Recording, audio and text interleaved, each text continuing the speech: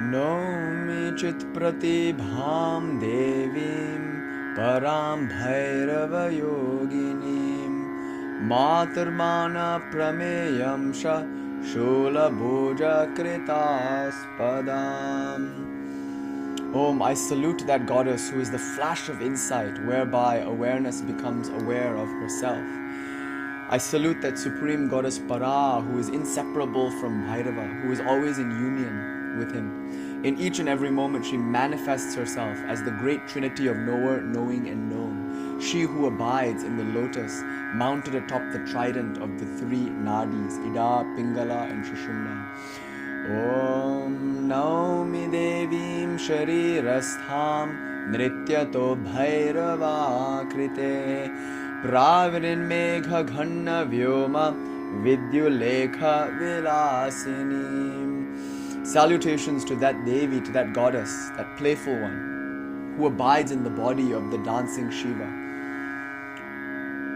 She is playful and beautiful, yet terrible, like a flash of lightning streaking across the monsoon season sky. May this be an offering to that Kuṇḍalini Devi. Om Yathagner Dahika Shakti Rama Krishna Sthita Hiya Sarva Vidya Sarupam Tam Saradam Pranamamyam. Om Shanti Shanti Shanti. Om. Jama. So tonight, I want to talk about a very, very important goddess, arguably the most important form of the goddess for the Kaula Marga. Because insofar as the tradition is called Kaula Marga, which is the adjectival form of the word Kula, necessarily then, the main deity is going to be Kula Kuṇḍalini. I think it's quite telling that in her name, Kuṇḍalini is described as Kula. And Kula, as you know, means many things. It means it has so many different shades of meaning. Essentially, though, it means body. The word Kula primarily can refer to form or embodiment or materiality. So this body that we have is called the Kula. So by saying Kula, we're saying the whole world is a real embodiment of God. Now notice, this is in marked contrast to the more transcendentalist notions that we find in traditions like classical Buddhism or Advaita Vedanta. And it's also in contrast to traditions that are more dualistic and in that sense more transcendental oriented in the sense of like heaven or something like that. So in Advaita Vedanta, the world is seen as illusory. And importantly, because it is recognized as impermanent. So this is the central revelation. The world has no independent objective existence outside of Brahman.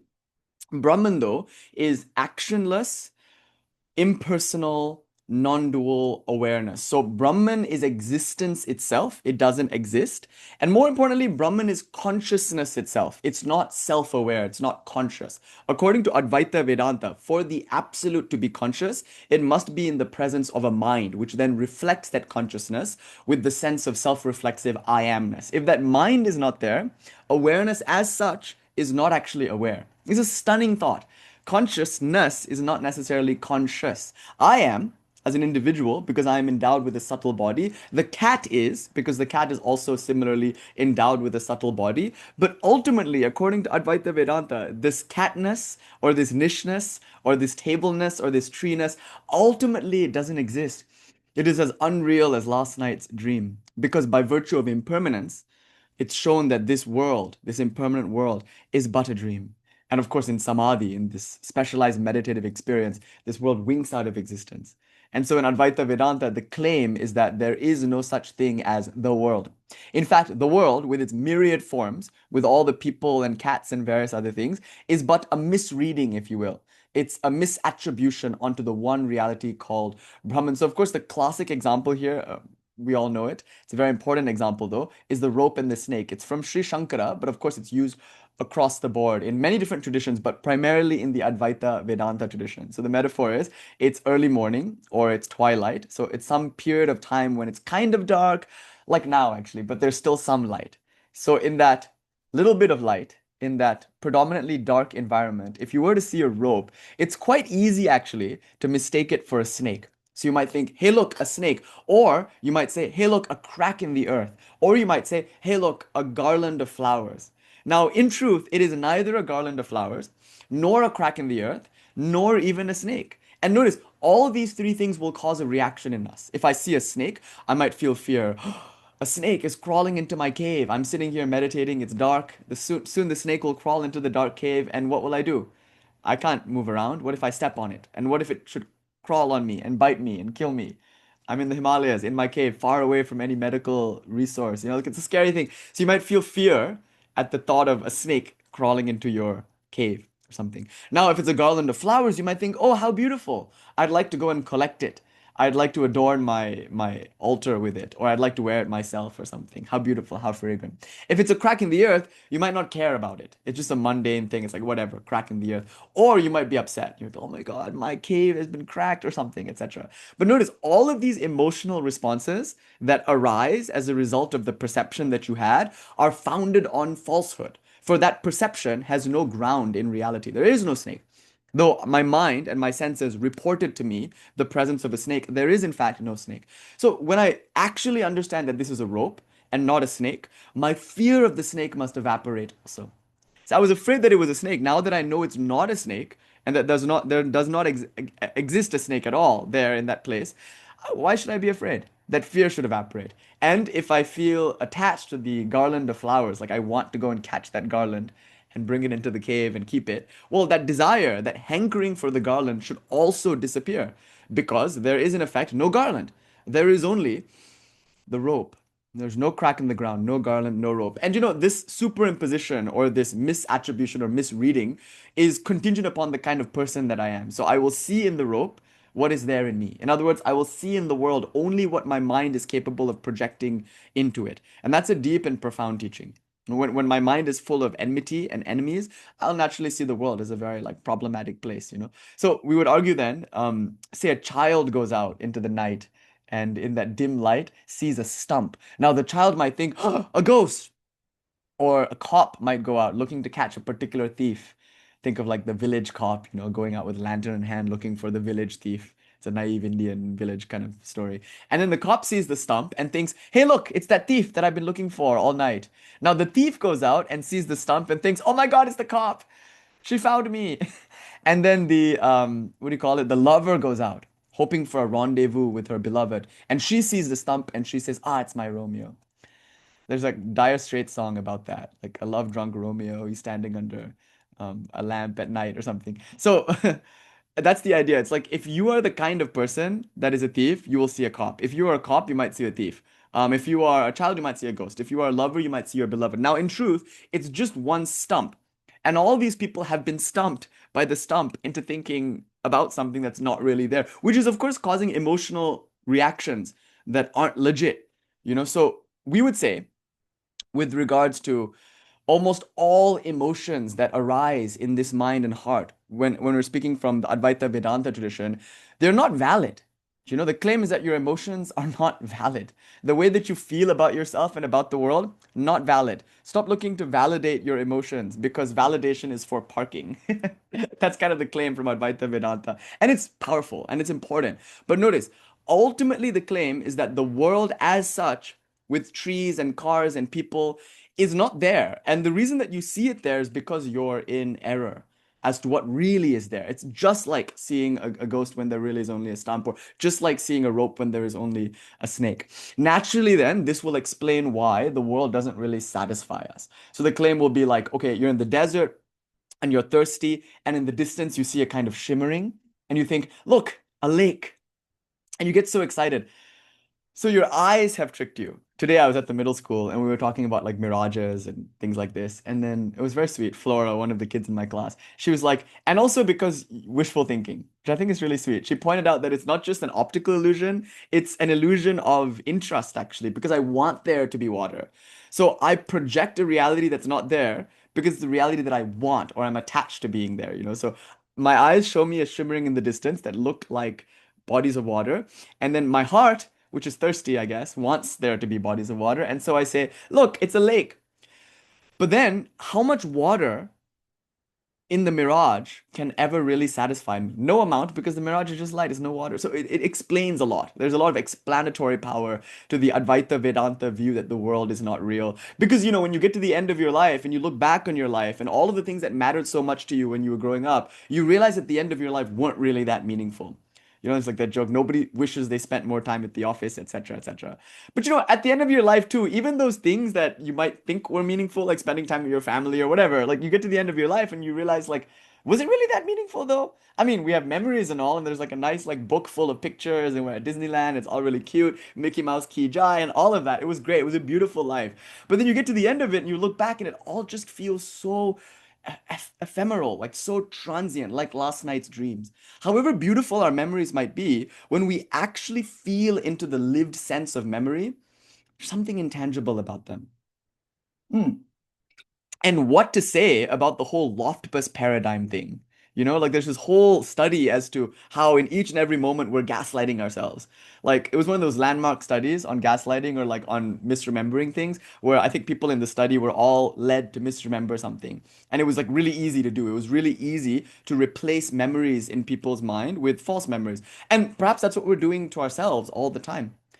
I think today I was talking to my kids about the Mandela effect, and just like the idea, like how do you know that we're not in like some parallel universe? And there was that movie, you know, where they switch into a parallel universe, and the Beatles are not in this new universe, but this one guy remembers the Beatles and remembers all the Beatles songs, so he starts like presenting those songs as if he had written them. And of course, Ed Sheeran is in the film, and Ed Sheeran is like obsessed with this guy, and then like he goes on to become a very famous musician. It's a great film. Oh yeah, thank you. It's called Yesterday. Thank you, thank you. In my classroom today, we were trying to like brainstorm this movie. I was doing this with Kaya the other day. I was like, there's this movie in my mind. Justin Long falls in love with the girl, and then he goes on her Facebook profile and tries to figure out what kind of girl she is, and then he inauthentically models himself after what he thinks her ideal man is in order to win her. And I was like, I've been looking for this rom-com for years. The only thing I know about it is that one of the songs in the soundtrack is the Spin Doctor's Two Princes. In other words, the ethical non-monogamy false dichotomy song. You know, it's like I was like really trying to find this film. And if anybody has any ideas, okay, this is all I know about it. Justin Long stars as this guy who wants to be with this girl. I Googled it even. I went on Google, I was like, the movie where Justin Long like stalks a girl's profile on Facebook and like tries to. No, it's not that. It's not that. Um, anyway, it's really not that important right now. But it's like that. It's like sometimes you remember things differently. And the whole Mandela effect is about that. It's about like maybe there are people in this world who remember the, I don't know, the Fredo the Frog guy. Those of you who didn't grow up in Commonwealth countries, you have no idea what that is. But Cadbury actually bought the company Freddo. And when I was a child, I remember what Freddo looked like. You know, on the packet, the little frog, chocolate frog. Don't confuse it with the Hogwarts, like spin-off Harry Potter kind of merchandise. It's like its own thing. But then when Cadbury brought it, yeah, Jericho knows. He's in Australia. Yeah, Freddo. So Cadbury bought Freddo, and Freddo is not Freddo anymore. And it freaks me the fuck out. Like he's more like Frodo now. He's not Freddo. He's Frodo. He's a fraud. And like Frodo Baggins like scared me. I thought, did I misremember? And no, I realized that no, it's not going the distance. Though that is a good film about long-term relationships. Yeah, I guess the rest of the night is just gonna be us like talking about 2000 rom-coms, you know, 2000s rom-coms. I loved the Taming of the Shrew remake. I think it's called um 10 Things I Hate About You or something. Heath Ledger is in it. That's a good one. Classic one. Anyway. So when you misremember something, when you think things are a certain way, and then later you're confronted with the facts and they're contrary to what you thought, yeah, when you're contrary to what you thought, you realize so much of our memories are just maybe misinterpretations or stories that we tell ourselves, and these memories might change over time. So when we look into our memories, we find that some of them, most of them maybe, are false, and even if they aren't, they're intangible, right? They're like so immaterial, ephemeral. So our memories are ephemeral. The things that we found meaningful eventually turn out not to be. The satisfaction that we hope to gain from the world, we didn't gain. So there's a lot of reason to believe. Thank you, Viranatha. I think that's the one. I think we kind of came to that conclusion also yesterday. I think it is a case of you. Anyway, thank you. Good job, you guys. I'm glad like that was the priority of the moment. Like, it's not this esoteric teaching on Kundalini Shakti and how to stay safe in the event of a Kundalini emergency. No, no, no. The priority right now for all of us was to find this movie, and I appreciate that. So, this idea that it makes sense actually, right? to say that the world is not only impermanent, but also illusory, because it kind of matches the intuitions that a lot of people feel when they get to the end of their lives, only to realize the things that they thought were so real weren't. And you can even verify that now. We like to say it like if you had a problem maybe 2 years ago or 3 years ago, at that time you might have felt like it was the biggest deal in the world, you know? I remember once, way back when in 2017, standing on a balcony with a cigarette, talking to my friend saying, I'm not going to survive this breakup. I love this girl. She's my whole life. And if we break up, like, I will have nothing to live for. Like, my life will be ruined. I love her so much. Well, we broke up. Here I am, still alive. Like, but think about it. Like, at that moment, it felt like an apocalyptic end. And it was, of course, to the person that I was at that time.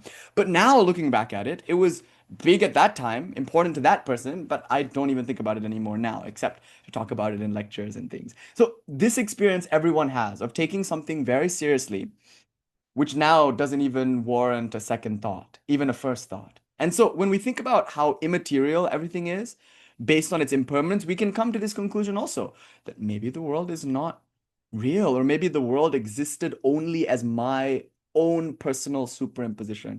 That's why Swami Ashokananda says so beautifully, before you can articulate the question of the problem of evil, before you ask God, why did you create such a world? You have to first ask yourself whether or not there is such a world that God needs to explain. Is there a world? Did God create the world, or did I? It's possible that if I meet God, I might say to her, what the fuck, ma? What is all of this? And she would be like, what is all of what? And then I describe all of this the way that somebody who might be going through a psychosis or a schizophrenic episode might be describing a reality that is not shared. And then God is like, should have stayed on your meds, girl, because what is going on right now? We don't know that this is a shared delusion. It could just be my delusion. And we think that it's intersubjective, and we think that God is responsible for it. But Advaita Vedanta is such a beautiful tradition in that it puts the responsibility back on the perceiver. So it says that the world that you're perceiving is largely an effect of your perception. It doesn't exist beyond your perception. In fact, if you claim a world exists at all beyond your perception, then you're positing something that you cannot verify, because the moment you come into contact with said world that is beyond your perception, it is now subject to your perception. So this leads great masters, Madhyamaka masters, to say there is no difference between the color blue and the perception of blue. You cannot establish the independent objective existence of blueness outside of your own personal experience of blueness. Now, what Advaita Vedanta is claiming is that these are all just projections, superimpositions, misattributions, projections. So what Advaita Vedanta will ultimately say is that the world is illusory, insubstantial, in so many words, empty. However, they're not going to settle with emptiness as a final doctrine. Instead, they're going to posit Brahman. And Brahman means fullness, but fullness in the sense of existence itself, consciousness itself, and bliss itself. So Brahman is not blissful. I almost call it Brahman, but Brahman is not blissful, nor is Brahman conscious. Brahman is not a person. Brahman is the impersonal, non-dual reality. And nor does Brahman exist. So that's something really to get your head around. Brahman does not exist. It's existence itself. Brahman is not conscious. It's consciousness itself. And Brahman is not blissful or bliss or any other kind of experience. Brahman is bliss in and of itself. And look, this bliss thing is really hard to explain. You'll see so many different texts explaining Brahman as existence, and many texts explaining Brahman as consciousness, because of course existence and consciousness are two ways to describe the same thing. But it gets a little fuzzier when you try to ask, but why is Brahman blissful? Because technically Brahman is not an experience. So in what sense is it bliss? And you could say it's like this. It's like you're carrying around a baggage, a kind of load. Let's say you've got a backpack full of stones or something. And all your life, you're just dragging this backpack around with you. And you're full of heaviness because of this backpack. And then one day you put it down. Imagine that bliss.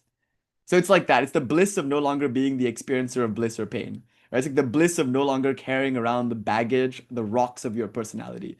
It's like just like slipping out of a shoe or something, and it's too tight, and you're like, whew.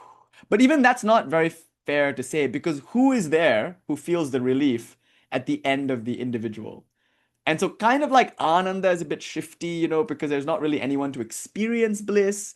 And at the same time, Brahman is defined as bliss in and of itself, or meaning in and of itself. And And Brock, it's good to see you. It's been a while. But like, there's no one there to be satisfied, even. Like, in the experience of Brahman, no one exists, no one is conscious. So, who is there to be conscious of what? Like, of bliss, of joy, of relief? No, you can't really say that.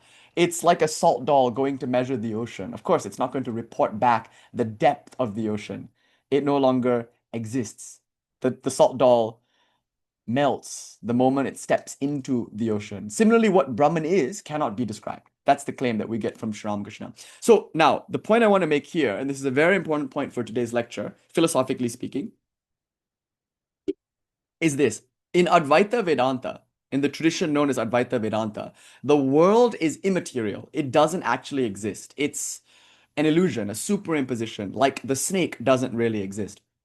And Brahman, which is existence itself, is not material, it's not substantial, it's not embodied. It's rather actionless, substanceless, impersonal, pure existence, pure consciousness, pure bliss. Okay, so we can call this a transcendentalist school in that Brahman's reality transcends the reality of the embodied sensual world. That's why it's really difficult to describe Brahman. And Shankaracharya is very careful to point out that Brahman cannot be described. And he gives like 5 reasons. He points out what language can do and why language is powerless when it comes to Brahman, because Brahman is not an object that can be pointed out, etc., etc. Shankara has a very beautiful and intricate linguistic theory as to why words will never do anything more than indirectly indicate Brahman.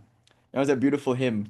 Pratar bhajami manasa vachasamagamyam vacho vibhati nikhila yadanugrahena yat neti neti vachanar nigama avocham stamdeva devamacham rito agriyam. So it says, I praise that pratar bhajami manasa vachasamagamyam, which can never be praised by vach, by speech, or by thoughts. So pratar bhajami manasa vachasamagamyam vacho vibhati nikila yad anugrahena. So yad anugrahena, by virtue of the grace of that Brahman, yad anugrahena, all words and thoughts shine vibhati. So I'm aware of words and thoughts as a result of Brahman, which is consciousness in and of itself. But being prior to all words and thoughts, no words nor any thoughts could ever comprehend it. It is beyond all words and thoughts, beyond the ability to praise or even conceptualize. So then he says, Yaneti neti vachanayar nigama avocham. So this reality is spoken of only indirectly as not this, not this. So what Shankaracharya ends up proving in his analysis on language and its limitations is this, that at most, it can indirectly indicate Brahman. You know, it can never directly point to Brahman. For to directly point to something is to objectify it. And so therefore the Buddha's description of reality is, of course, maybe more sensible in that he doesn't even try to say anything about it, lest you turn it into a concept. So it's not that the Buddha didn't posit an absolute reality, he just didn't give it a name. There's a very famous episode where someone comes to Sri Ramakrishna and accuses the Buddha of being a Nastika, which sounds as nasty as it is. It's like, oh, he didn't believe in the Vedas. He didn't believe in God. He's an atheist. The word Nastika means atheist. He doesn't believe in God. Just serious accusation in a very like religious community. So Sri Ramakrishna's response to this is stunning. Sri Ramakrishna said, no, why should he be a Nastika? Why should you say that? He simply didn't use words for what he discovered. And notice this is scripturally based because Nagarjuna in the Mula Madhyamika Karaka, as I like to point out, pointed this out. He said, like, no, like we're not teaching nihilism. That there is a paramartha sat. You know, there is an absolute reality. It's just like they don't want to give it a name. To name that, what is it? The name killeth or something like that. A rose is a rose is a rose. There, Virupag. The name is not sufficient for Brahman, and Shankara really carefully points out why. So now we have this reality which cannot be seen, which is not conscious, which doesn't exist, and yet is posited anyway. And more importantly, it's actionless. It doesn't feel. It has no personality.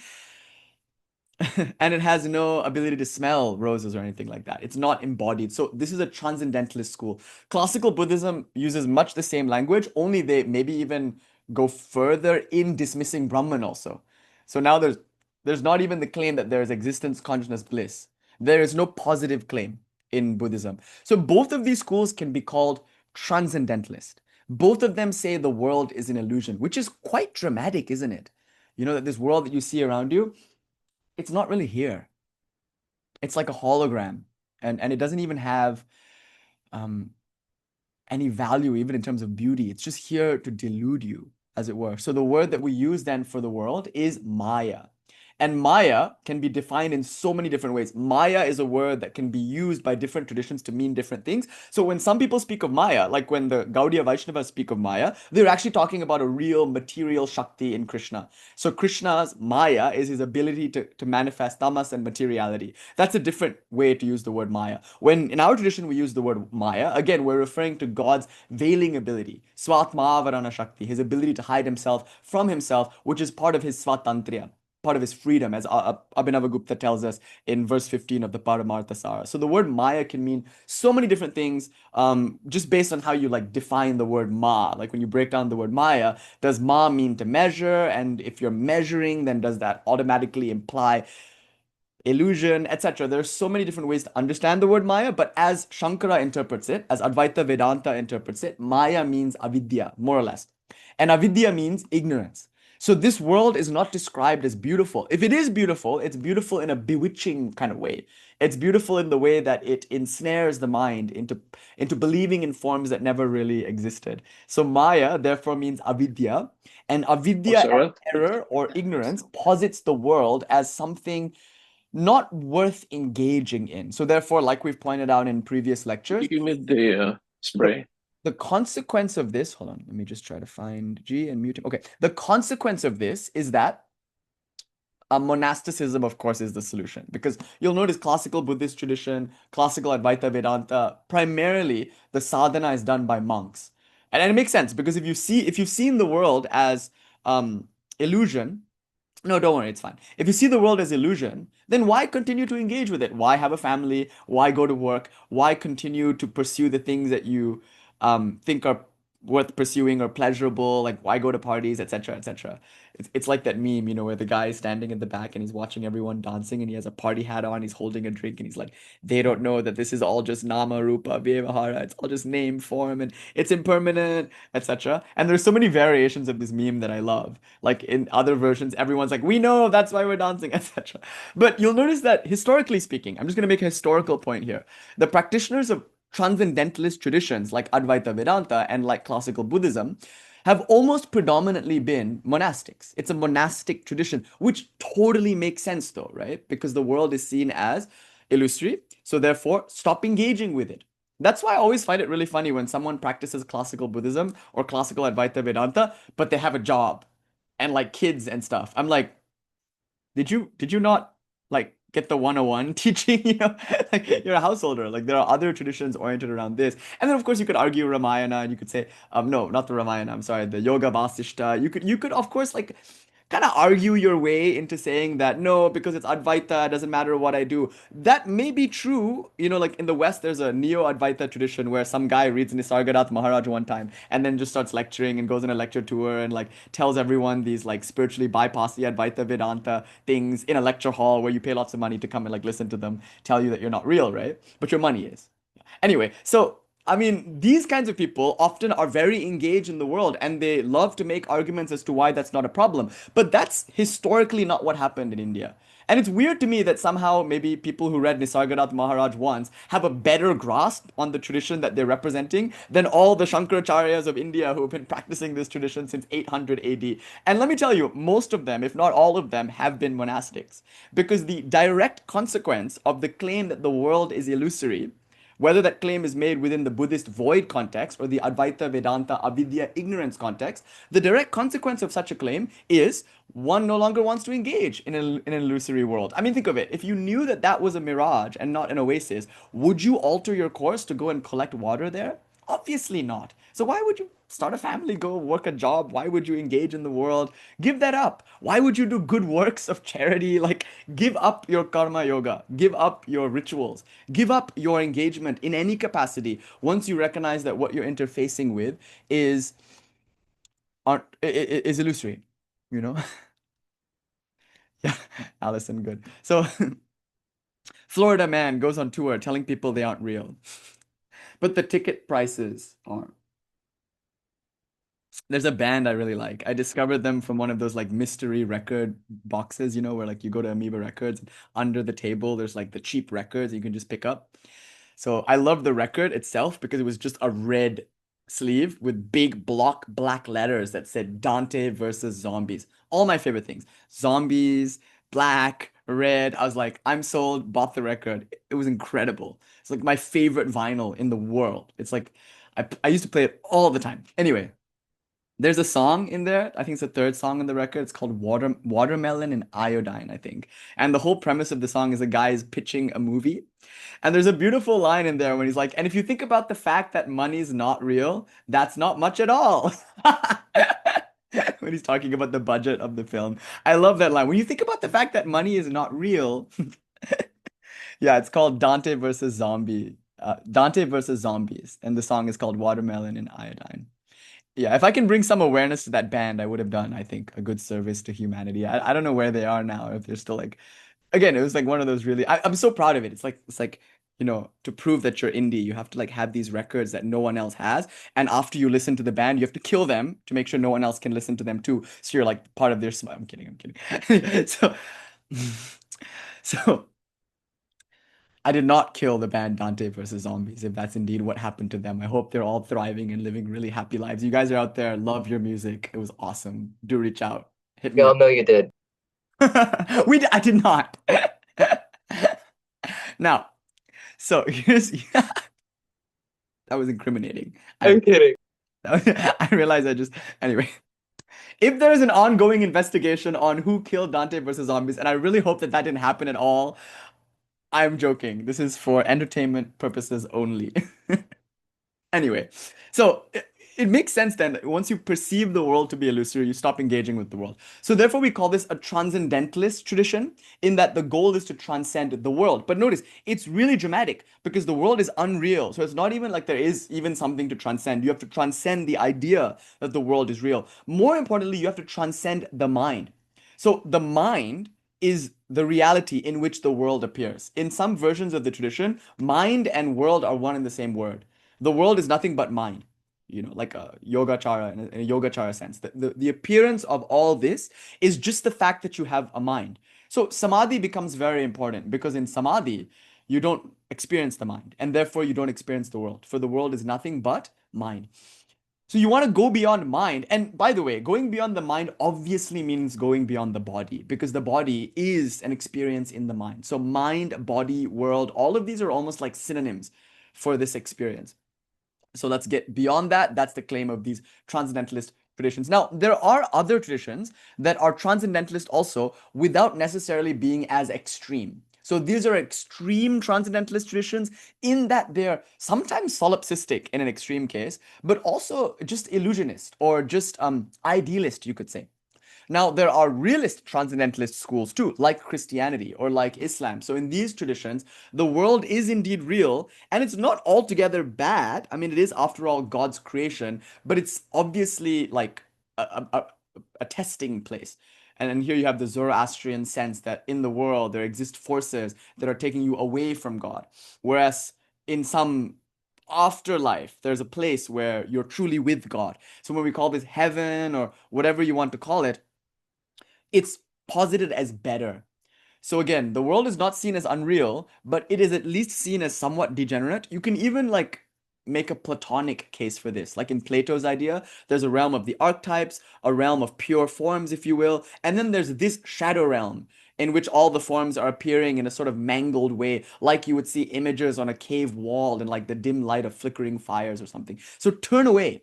That's the Platonic ideal. Like turn away from the mirage or the images projected on the cave wall by the fires. Turn around and walk out of the cave. And then when your eyes adjust to the light, then you will live in this realm of purity and supernals, in this like pure realm, if you will. So that Platonic idea, that Zoroastrian idea, it's of course at the heart of Abrahamic traditions, all of them, especially Christianity, of course, because Christianity around the 2nd century AD was really influenced in Alexandria by these Neoplatonic, Platonic ideas. And of course, it's very much based in the Zoroastrian idea also of like fundamental, foundational difference between this world and that world. So even that is considered a transcendentalist tradition, right? Because there, the goal is to get out of this body, in which there's original sin, or in which there are all these like desires and sentiments. So therefore, much like Advaita Vedanta, much like Buddhism, one should turn away from the senses. So the practice, of course, will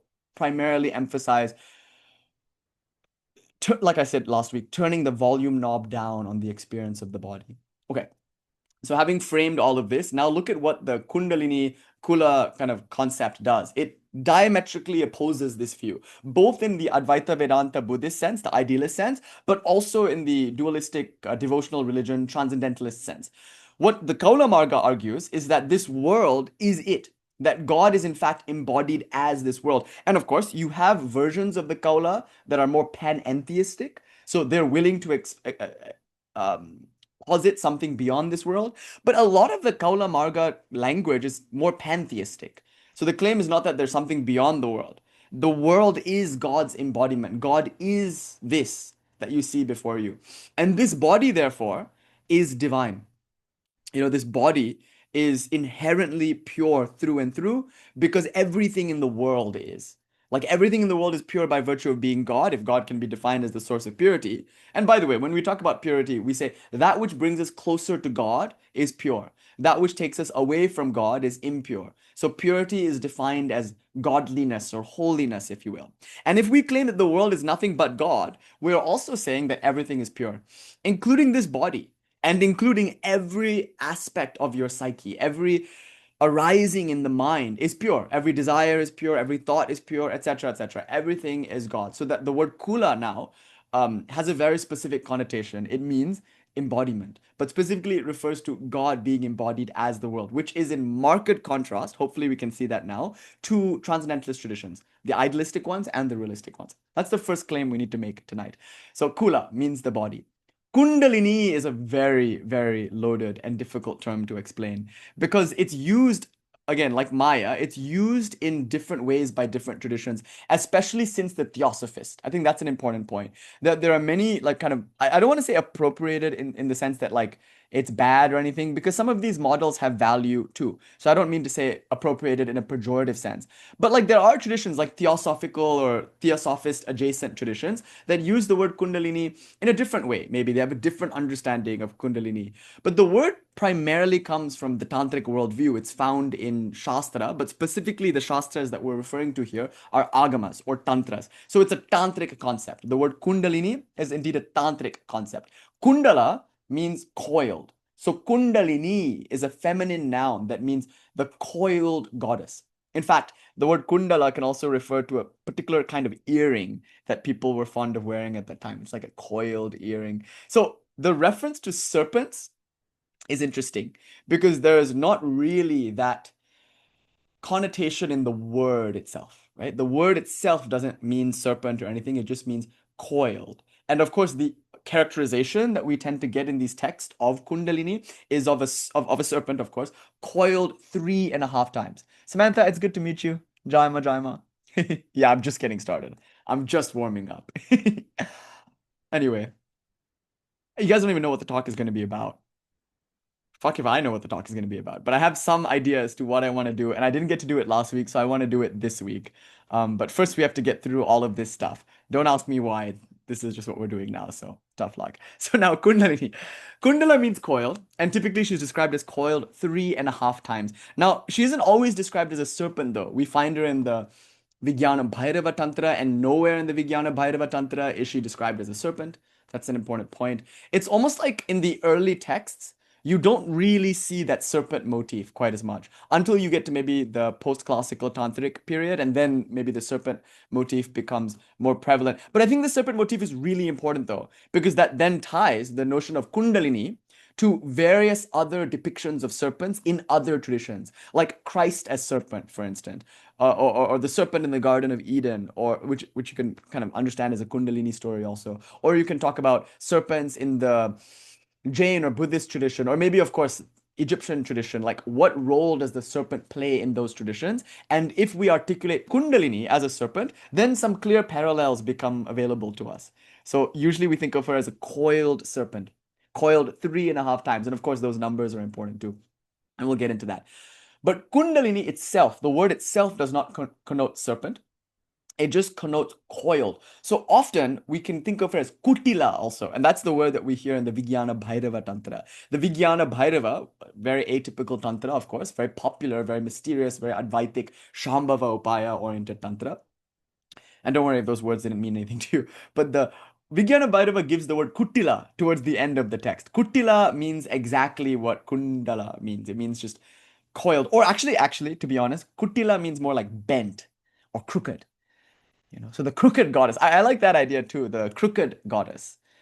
Kuttila Devi, the crook. The goddess who's a crook. I mean, Shiva is often described as the Lord of Thieves, the god of thieves, if you will.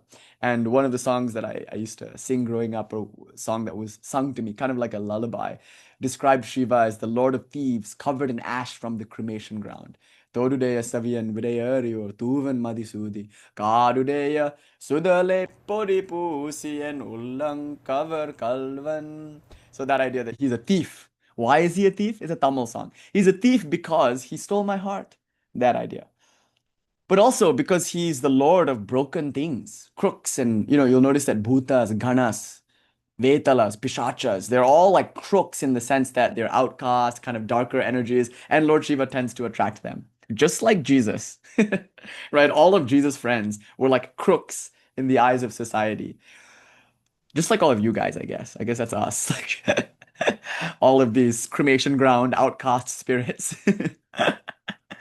I realized something the other day. So we were doing some puja, we are having a gathering, so people were here for puja. And I looked around and I was like, hey, you got banned from this temple and you got banned from that temple. And I remember you used to go to that temple and then you got kicked out. And then it occurred to me, a lot of people who are in this room are actually banned at most of the temples here in Southern California for one reason or another. And I was like, oh man, this is where you end up, I guess, at our house. Because here, if you're going to stand and do some kind of eccentric thing, you're probably going to get showered in flowers as opposed to told to leave, right? Which is the case in many temples. Or here, like if you walk in whatever, like you could, whatever you're wearing, you're probably more likely going to get showered in flowers. But in other places, probably with judgment and told to put a shawl on or like go somewhere else or something. So, yeah. The band, yes, the band of band bandits. So this idea of kuttila is interesting because the word crooked is, and also by the way, it's quite often used as a description for Lord Shiva's crescent moon, that Ardha Chandra, it's sometimes described as the crooked moon. In fact, the crescent moon is considered inauspicious because it doesn't have the symmetry of the half moon or the full moon, or even in one sense, the symmetry of the new moon. Notice, things that are asymmetrical are often considered problematic. Haven't you noticed? Like symmetry is considered to be harmony. Symmetry is the ideal. But asymmetry is inauspicious. So therefore, if you have an asymmetrical face, someone might say, oh, that person is a crook. They look roguish or something like that, because asymmetry is associated to being bad. Or like crooked teeth. People who have crooked teeth often have a reputation of, not being trusted or something like that. Because crooked teeth, crooked face, crooked anything implies asymmetry, and asymmetry is markedly opposed to the Greek notion of the golden mean, to symmetry, to harmony, to beauty, etc., etc., etc. And therefore, I think it's very important that one of Lord Shiva's names is Virupaksha. Virupaksha means the odd-eyed guy, the odd-eyed guy, meaning he has three eyes, where two eyes are like maybe sweet and all. Third eye, of course, it implies Advaita, but like, here he's not Trinayanam. He's not like, oh, I have three eyes because I'm Advaitic. It's more like, no, he's kind of weird. Maybe he's one eye also. Three eyes, one eye, something that's odd and weird. And therefore, this moon, this crescent moon in Lord Shiva is also seen as kind of inauspicious. Everything about Lord Shiva is supposed to connote inauspiciousness in one sense. He who is the auspiciousness of all auspiciousness, the Shuddha, Atishuddha, the purity in purity itself, he's covered in ash. And ash from the funeral pyre is considered impure. He's wearing animal skins. And of course, that can be considered impure too. He's bedecked in serpents. And more importantly, his upanaya, his sacred Brahmin's thread, is made of serpents. Upavita, it's called. And that is a serpent upavita. So all of this implies inauspiciousness, but particularly the moon implies crookedness. The moon is crooked. Virupaksha is odd-eyed, etc. So Kuttila Devi, of course, refers to the goddess as Kuṇḍalini, coiled. Kuṇḍalini. But it also refers to some kind of crookedness, I think, which is important. And Lord Shiva is the Lord of crookedness, the one who reconciles all the things that the mind would reject as unholy, he reclaims as holy. It's one of the, I think, calling cards of the Shaiva or of the Shakta. Somebody in this tradition is somebody, ideally, who has come to terms with crookedness, both in themselves and in the world around them. So Lord Shiva is the Lord of Ganas, the Lord of Ghosts, the Lord of Thieves, etc. Someone who is actually comfortable with Tamas and with Rajas. And we'll review that material from last week's lecture a little bit too. Okay, so she's called Kundala Devi or Kuṇḍalini. She's called Kuttila Devi. Another name for her, and of course, this is also the name of an entire tradition, is Kubjika. You might have heard that term because the Western transmission of Lord Shiva, Paschimamnaya it's called, is the Kubjika Mata tradition. There's a Tantra, there's a text called the Kubjika Mata Tantra, and there you learn all about chakras and whatnot. I myself have never really studied that Tantra. And it's true that in India, there aren't really a lot of Kubjika practitioners, except in the Hatha Yoga context, because a lot of Hatha Yoga maybe can be traced back to Kubjika Tantra. But it's only really in Nepal, I think, that you see a representation of Kubjika. I could be wrong, but in India, it's kind of an underrepresented Amnaya, if you will. Anyway, obviously the word Kubjika means hunchback, and hunchback here refers to Kuṇḍalini, right? Kuṇḍalini. So Kuṇḍalini, Kuttila Devi, Kubjika, these are all various terms that like more or less imply this that we're going to talk about today. Hunchback, crooked, coiled, etc., etc. Notice they all kind of point to the same reality. Now, when we use the word Kula and we combine it with Kuṇḍalini, Kula Kuṇḍalini, we're saying that she is the hunchbacked, crooked goddess who dwells in the body. That's the claim. Kula here means embodiment. Of course, absolutely, it refers to God being embodied as the universe, but it also refers to this body that I have. And now the claim, the central claim, arguably the signature claim in the tantric tradition, signature tantric claim is this: the microcosm is the macrocosm, and the macrocosm is the microcosm. That's a non-dual claim, that the entire universe is in this body, and the universe is nothing but my body. But also, you can even maybe soften that claim. You don't have to go so far as to say my body is the universe. You could just say my body reflects the universe. You could point to a relationship between the macrocosm and the microcosm. Now, I'm more likely to posit the former. Like, I'm going to claim that actually, no, the body is the universe. But that's from an absolute point of view.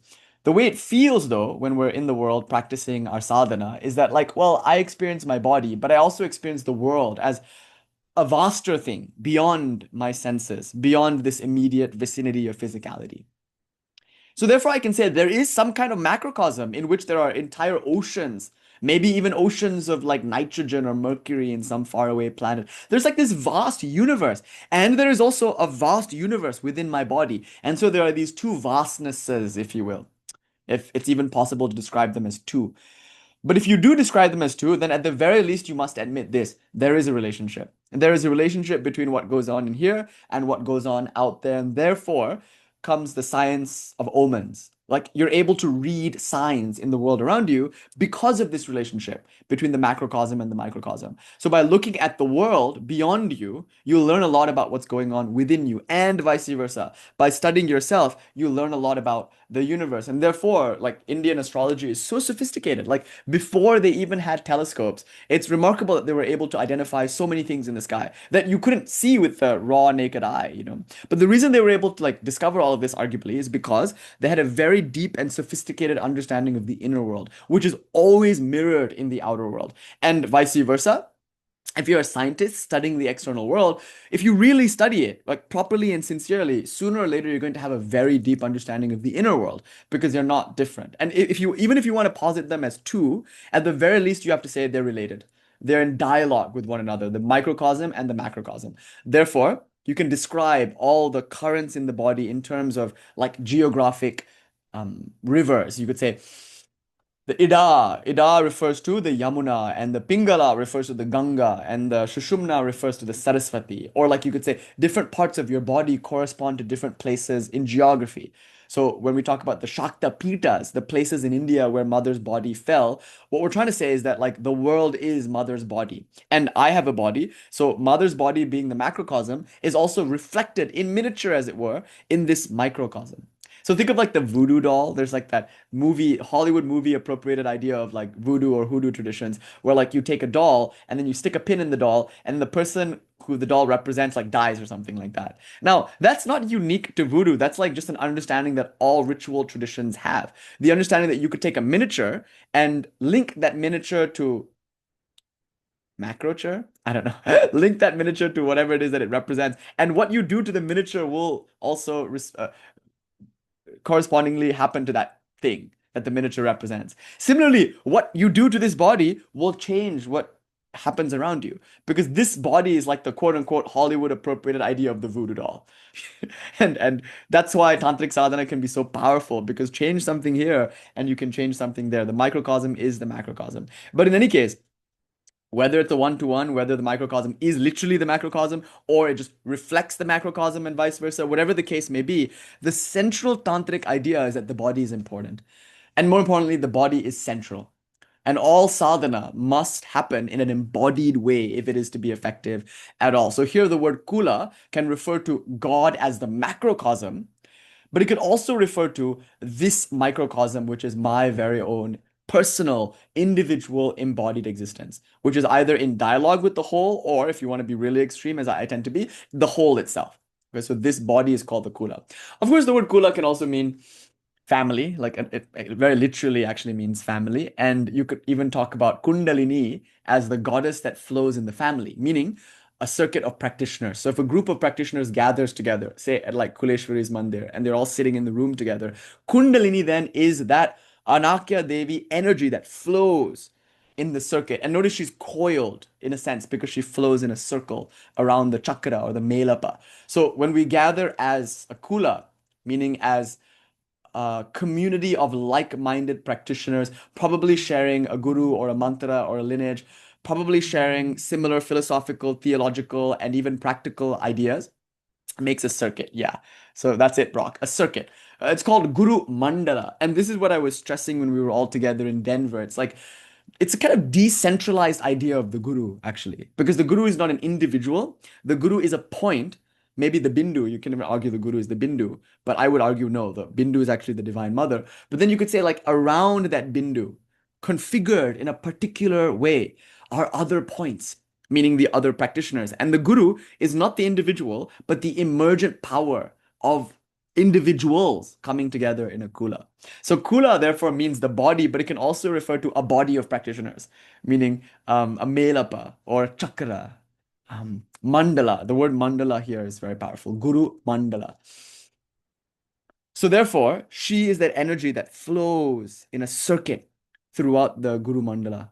And so therefore she coils around and she's crooked and she streaks, and like a streak of lightning, she can move up the chakras. So the idea of crooked or coiled becomes very important. So again, Kuṇḍalini, of course, the feminine noun refers to a goddess, but that goddess who is coiled, which refers to that goddess who abides in the kula in the sense of one's personal embodiment, or that goddess who abides in the kula in the sense of a body of practitioners who come together with similar purposes and intentions, probably with the same guru and in the same lineage, or that goddess who abides in the world as the world. So notice the word Kuṇḍalini refers to just the highest notion of divinity, which importantly can be immediately accessed in this body. In fact, even can be appreciated as this body. So I think that's mainly what I wanted to say now, that Kuṇḍalini, the word Kuṇḍalini, is a god. It refers to the goddess, to Kālī, Kālī, or whatever you want to call her, Lalita or whatever. She's the goddess, but with a particular nuance. She's the goddess that abides in this body as this body. She's the goddess that powers the Guru Melapa or Guru Mandala, or she's that goddess who powers the entire universe. So this is a goddess in the embodied sense of the word, which is in marked contrast to the more transcendentalist traditions that say this world and this body are degenerate, or even more extreme, unreal. The body, the world, unreal. So then you can't talk about Kuṇḍalini, right? Like in Advaita Vedanta, there is no real notion of Shakti. Yes, Tantric medieval commentators writing Advaita Vedanta texts like Vidyaranya Swami will use words like Shakti. They'll talk about Avarana Shakti, Vikshepa Shakti, etc. But they don't actually mean what we mean when we use the word Shakti, because for them, Shakti might be true only in an empirical sense. Ultimately, there's no Shakti. Brahman ultimately has no Shakti. So if you think about Advaita Vedanta, or if you think about classical Buddhism, forget it. There's no scope actually for Shakti or for Kuṇḍalini. It's only when those traditions become tantricized, in the case of Buddhism in the Vajrayana form, only then do we start talking about mother and about Shakti and about energies in this way. In the Tantric non-dual tradition, yes, the absolute nature of reality, Shiva, is never alone. He is always endowed with power. That power is called Shakti, which we call Kālī, and that power is perhaps best understood as Kuṇḍalini, because it becomes the world, it is the world. Shiva's ability to appear to himself as the world is Kuṇḍalini. And within this world, appearing as almost fractals of the whole, as was so beautifully mentioned in the comments here, are individuals like you and me. And we are arguably the entire world contained in the miniature. We are the microcosm in which the macrocosm can be experienced or at least represented. And therefore, Kuṇḍalini not only is the goddess of the entire world, who is the world actually, but she's also the goddess of this body, who is this body. What a beautiful idea that this body is itself the goddess, which brings me maybe to the most important point that I'm going to make in this lecture. Perhaps the most important point that could be made.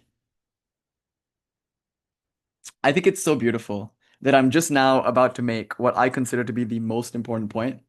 And so whoever's like coming into the lecture right now, I think it's just such a beautiful moment to like come in right now.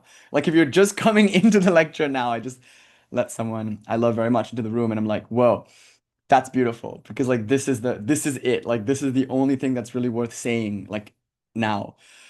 We have exhaustively described the word kula and all the various shades of meaning that come with the word kula. I mean, there's so many, of course, but we just 3 or 4, we explored a few different ideas. And then we exhaustively looked at the word Kuṇḍalini, Kutila, Kundala, Kubjika, the hunchbacked goddess, the crooked goddess. So now we know Kula Kuṇḍalini refers to the goddess that is the universe in an embodied sense and is the microcosm in which the macrocosm is represented. Here's the most important thing to note.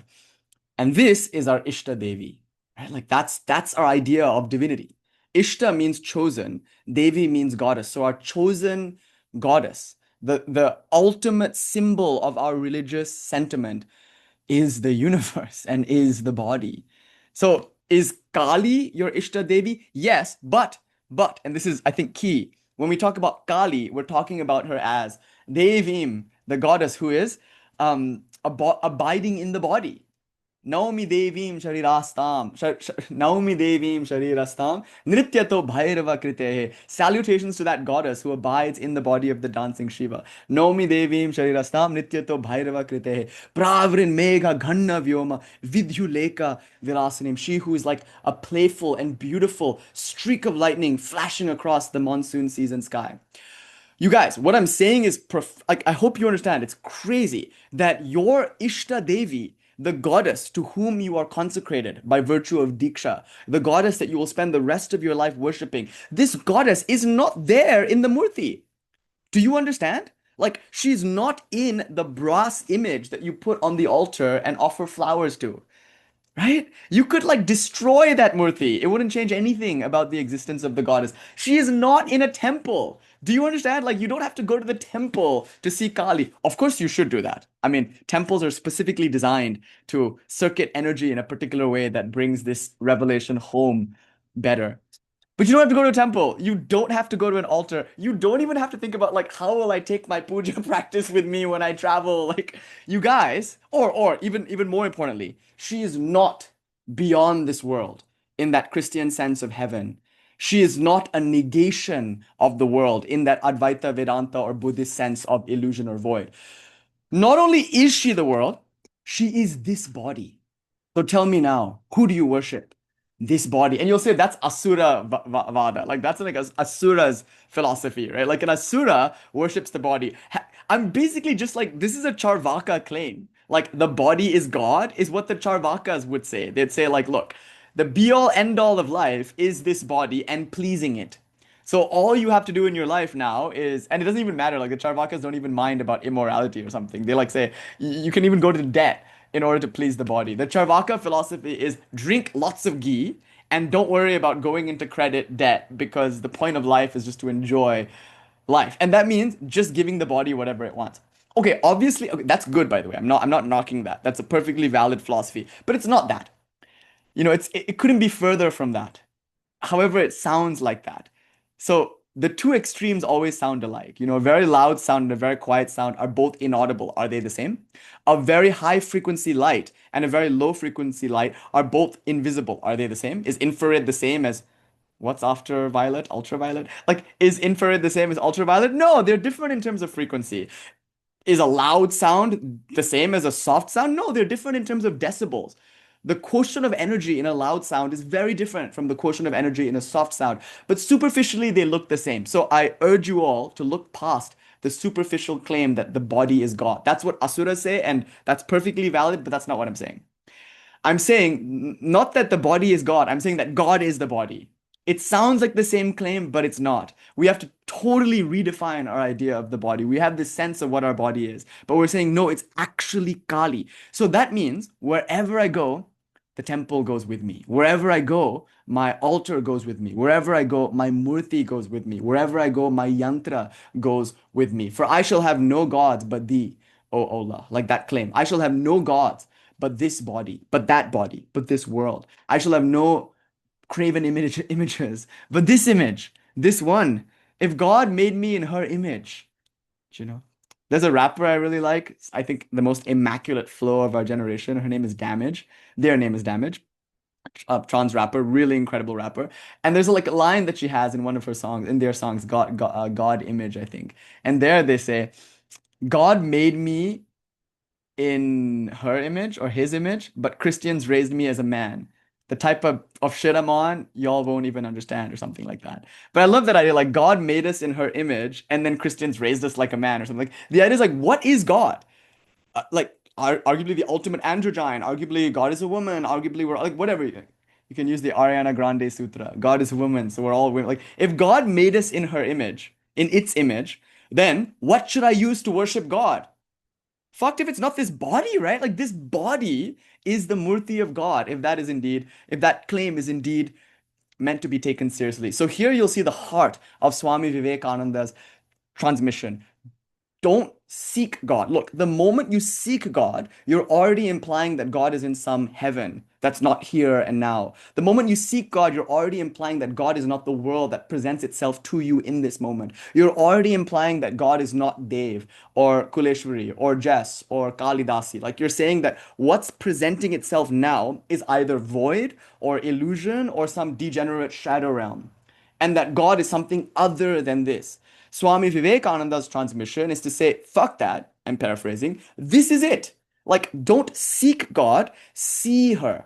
That's his claim, see her, which means that the world as such is the embodiment of God. So look no further than the person before you when you're considering worship. And so here's where it gets really, really beautiful. Right? This is where it like really, really becomes meaningful.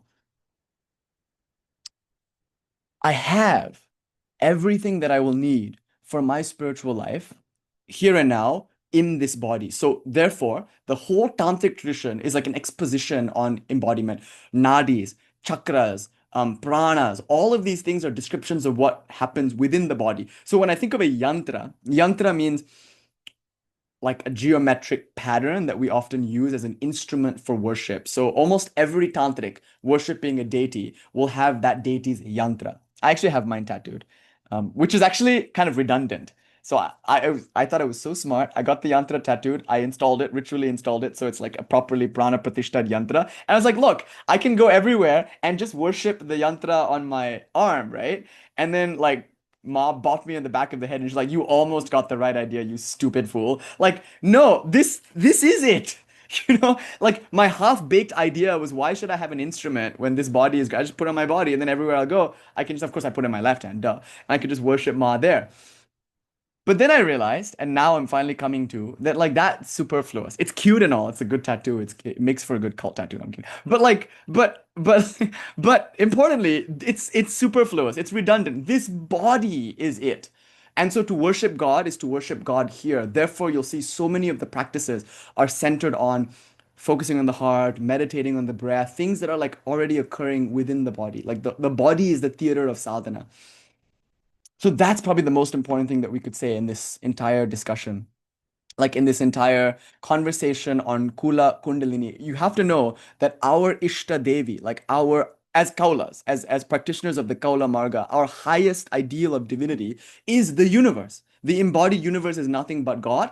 And more importantly, even if you don't want to make the claim that the body is the universe, you can at least claim that the microcosm represents the macrocosm. So the best place to worship God is in the human body. Swami Vivekananda made a stunning claim. He said, the human body is the Taj Mahal of all temples. If you want to worship God anywhere, why a lingam? It's great. It's great. No, not to knock it. Worship the lingam. But what about Selvalingam? What about like in the actual person? Like there's another claim that if you have a murti, a brass statue, that murti needs to be ritually awakened. So you'll find that the lineage of Sri Ramakrishna, Swami Vivekananda would say things like this. He would say, but the body is better because you don't need to do a prana pratishtha. It's already pratishthat. In other words, there's already prana in it. Like there's a Christian notion too of like, or Islamic notion where Adam is sculpted out of clay and God breathes into Adam's nose and then he comes alive.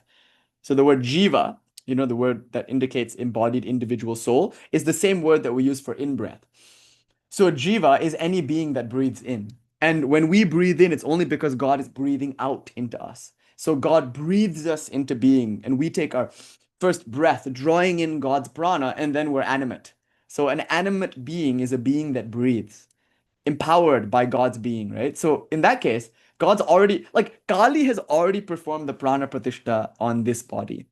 And then, in my hubris, I perform the prana pratishtha on a brass murti and shower flowers there, and all the while she laughs.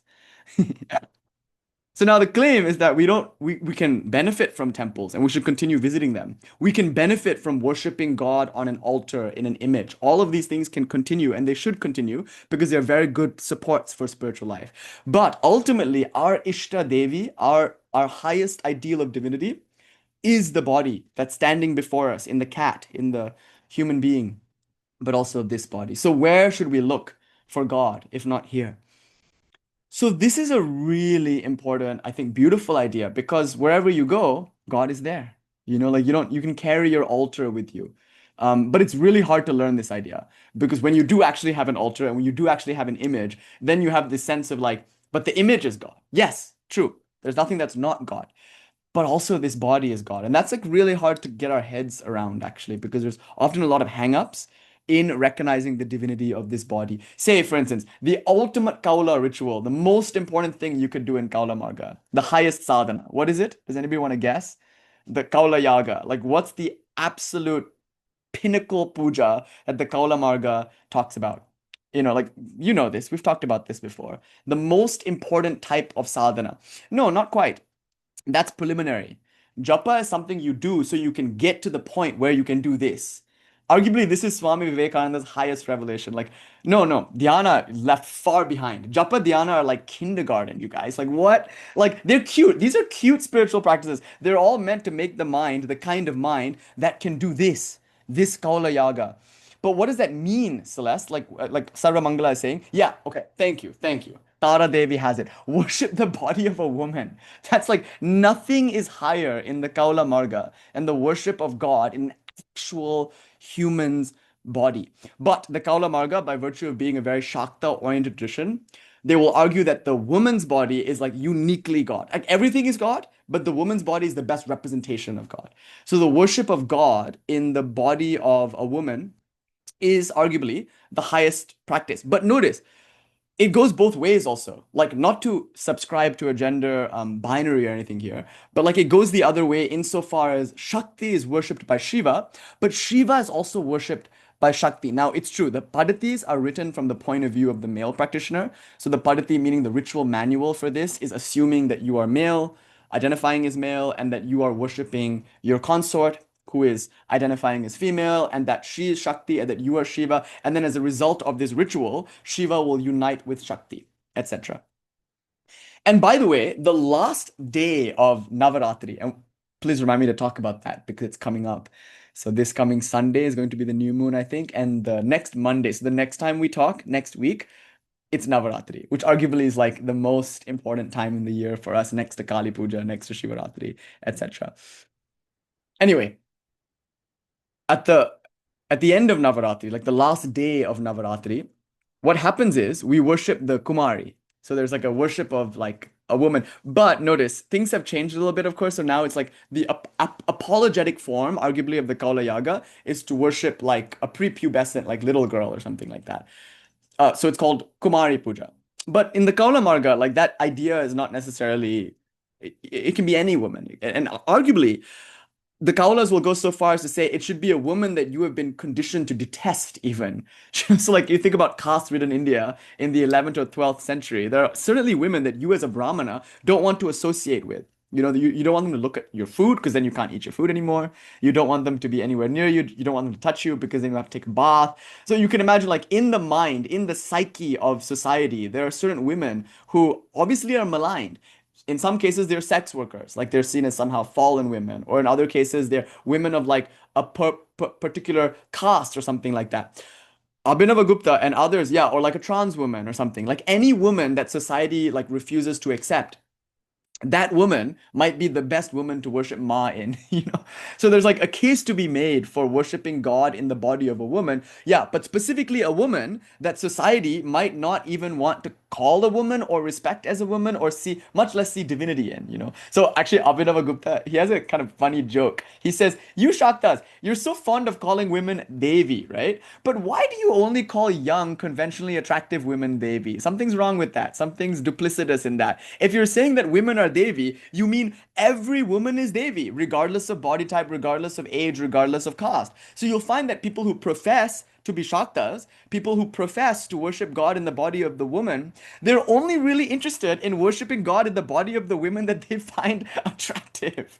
And that's problematic. And therefore we find that like we have an abuse of the Shakta doctrine where it's like it can be used. I mean, it's again, we're not knocking anything. Like everyone's on their journey, but it can be used in this kind of way, which I don't think captures its true spirit, which is the ability to see God in all things. But again, the Kaulas do emphasize the feminine aspect of God, meaning God is mother, and so God in a woman's body is very important. But it cannot just be a woman that you, by your own mental conditioning, find attractive and want to impress with the power of your worship. And like nothing is more romantic, I think, than mastering Kaula Yaga and offering it to somebody that you find attractive. Because oh my God, like who doesn't want to be worshipped as a goddess? And everyone should be worshipped as a goddess. Everyone deserves to be worshipped as a goddess because every woman is the goddess, right? So like, and by the way, this is as much a sadhana for the woman as it is for the quote unquote man who's performing it. Again, not to like lean into gender binaries here, but like as a woman, it might be very hard to accept that kind of worship from somebody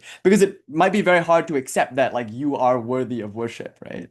Yeah, so I think Kalidasi were like, yeah, it's like if somebody were to actually put you on the pedestal and then wash your feet and then offer flowers and then wave incense, you might get the sense of, and maybe Asha can describe this experience because recently her Bhairava worshipped her in this way, in the Kaula sense, and Kleshwari was there importantly. But like, it feels interesting. It's like, oh, there can be mixed feelings around it. And look what happened when Sri Ramakrishna worshipped Sarada Devi in this way. This is the culmination of Sri Ramakrishna sadhana. We just said that the highest thing you can do as a Kaula Marga practitioner is worship God in the literal body of a woman. That's the highest thing you can do, right? And in some context, the woman that is selected for this worship might be a total stranger that you've never met before. And importantly, it might be a woman that you, as a Brahmana in like 12th century or 11th century India, have been conditioned to detest, or find unattractive or something like that. And so, therefore, when this woman is put on the pedestal and you worship her, that's considered to be the highest and most important ritual to see God in the literal body of a woman and literally worship her there. But in most cases, I think it's practiced with one's own partner. And that partner could be any partner. In Sri Ramakrishna's case, it was his wife. So his wife, Sarada Devi, was for him his highest ideal of God. And so she asked him, like, what do you think of me? And his response was, he pointed to the Kālī in the temple. Dakshina um, Kālī is there named Bhavatarni. He pointed to Bhavatarni, and then he pointed to her and he said, it's one and the same. She's seeing Kālī in his wife. And you know what? People say that. People say that, but do they live it? Like, is it something that they can walk beyond just the talk? And Sri Ramakrishna, of course, on Palaharni Kali Puja Day in the 1850s, is such an important moment for us and for the lineage. But of course, it's not unprecedented. If you don't know about Tantrāloka chapter 9 or the Kaula Marga, then for you it might be an unprecedented, oh my God, this is so cool. But no, it's part of the tantric tradition. It's just nobody knows enough about the tantric tradition to understand this. But what happened was Sri Ramakrishna on the Palaharni Kali Puja day invited Sarada Devi into the room to perform the puja to her. But notice, she's incredibly bashful, incredibly shy. She's like Lajja Vibhushita. She's so modest, so shy, so reclusive like that. It's hard to imagine that she would consent to this kind of thing, that she'd be okay with just being worshipped, you know? Like you'd imagine that she'd be like, no, no, no, the goddess is in the shrine, right? Like that's how we usually are when anybody wants to worship. Like, but that's the goddess. Yes, true. That is the goddess. But so is this. You know, like you won't escape me this time, Ma. But notice what Sri Ramakrishna did. He like did all the preliminaries in the room, I think mostly by himself, and then Holy Mother came in and was kind of like sitting off to the side, I think, while he like finished some preliminaries. And in front of him is just like a stool or some platform. And you all know the preliminaries. By the way, the preliminaries that Sri Ramakrishna did are more or less the preliminaries that you do every day. Like your Padati comes from that same tradition, that same Dakshineshwar tradition. Anyway, so he's doing all of these things, like, you know, Mangala Charana, Achamanam, he's doing the ghost dispel, the Asana Shuddhi, he's doing Bhuta Shuddhi, he's doing all the stuff that you also do every day, Nyasas, etc. When he finishes all of these, something happens in the room, like there's like a change in the atmosphere, and then he beckons Holy Mother over to come and sit on the stool, and to everyone's shock and surprise, no one is there, it's just the two of them. But she gets up and she comes and sits on the stool, which is uncharacteristic of her. Later, as she will reminisce about all of this, it's claimed that she's in trance, like she's in a different headspace. And then she comes and sits, and Sri Ramakrishna literally starts worshipping goddess in the body of Shodashi. And I'm sorry, in the body of Sarada Devi. And uniquely, he performs Shodashi Puja. That's a known fact, that the kind of Devi Puja that Sri Ramakrishna performed to his wife was Shodashi Puja, the worship of Lalita Tripura Sundari, along like Sri Vidya lines. I once asked my guru, did he have a Sri Chakra with him at that time? And my guru laughed in my face. He was like, look, when the body of the goddess is in front of you, do you need a chakra? Do you need to have a representation of a Sri Chakra? Oh my God, how laughable. And I didn't realize it at the time because I was still thinking in like a puja way. I was like, oh, well, don't you need a Sri Chakra if you're gonna, like, how would that look? Like, do you do the worship of the 43 Devis, the Kadgamala? Like, I'm trying to recreate, of course, the puja that Sri Ramakrishna did to Holy Mother, because all we know is that it was Shodashi Puja. We only know that he worshipped her as the goddess Shodashi. But I think there's more to this story than we can say because no one was there, obviously.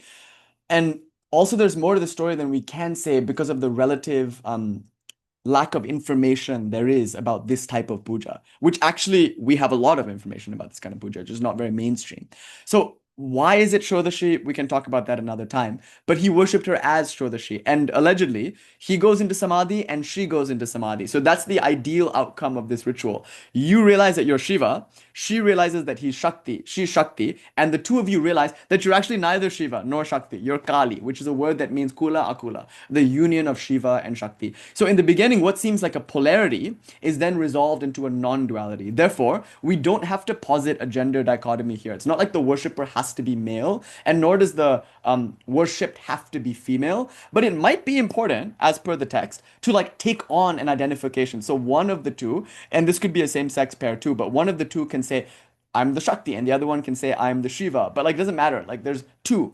And if you can call it Shiva and Shakti, fine. But any other polarity, Shiva and Shiva, Sadashiva, Bhairava, I don't know how it would look outside the context of what seems to be a more gender normative kind of padati. But like, in any case, there are two. And that two becomes one. But that union of two into one, that yamala, is the goal of the sadhana. So both of them go into samadhi. And I think it's quite telling that what Sri Ramakrishna does after this is surrender his mala. This is literally the final sadhana, I guess you could say, that Sri Ramakrishna performs. Doesn't this support the claim that the Kaula Yaga, as Abhinava Gupta claims in the Tantrāloka, is the highest sadhana you could perform in the Kaula tradition? Like the ultimate tantric rite that you can perform, the final thing that you do, arguably the thing that takes you to full realization, is the proper worship of God in the woman's body. And so here, for it to really work, you have to be Shiva. And therefore, Sri Ramakrishna wasn't able to attempt this sadhana until he had completed 12 years of japa, dhyana, like all the kindergarten stuff, right? For 12 long years, Sri Ramakrishna is doing japa. All night long, he's doing japa. And I was telling you last week that we saw his mala. It's there in M's house. And like the Rudraksha kind of like smoothed it down from how much japa he did. Not only is he doing japa, he's also like fasting and doing puja all day. And all of these things are just kindergarten. They're just so childish. They're just like, ugh, is that spirituality really just saying a mantra over and over again? How useless, how nonsense. But it has to be done. It has to be done to get to the place where we can do this, the real sadhana, the thing that the Buddha taught. The real sadhana is worship of God in the human body, but that requires eyes that have been conditioned through years of unabated, unceasing effort. So japa, dhyana, Sri Ramakrishna, 12 long years was committed to doing just that. And then when he was purified, arguably exalted to the status of Bhairava as a result of all these sadhanas, only then was he really fit to do the Kaula Yaga. And that explains why so many people attempt the Kaula Yaga, but nothing happens.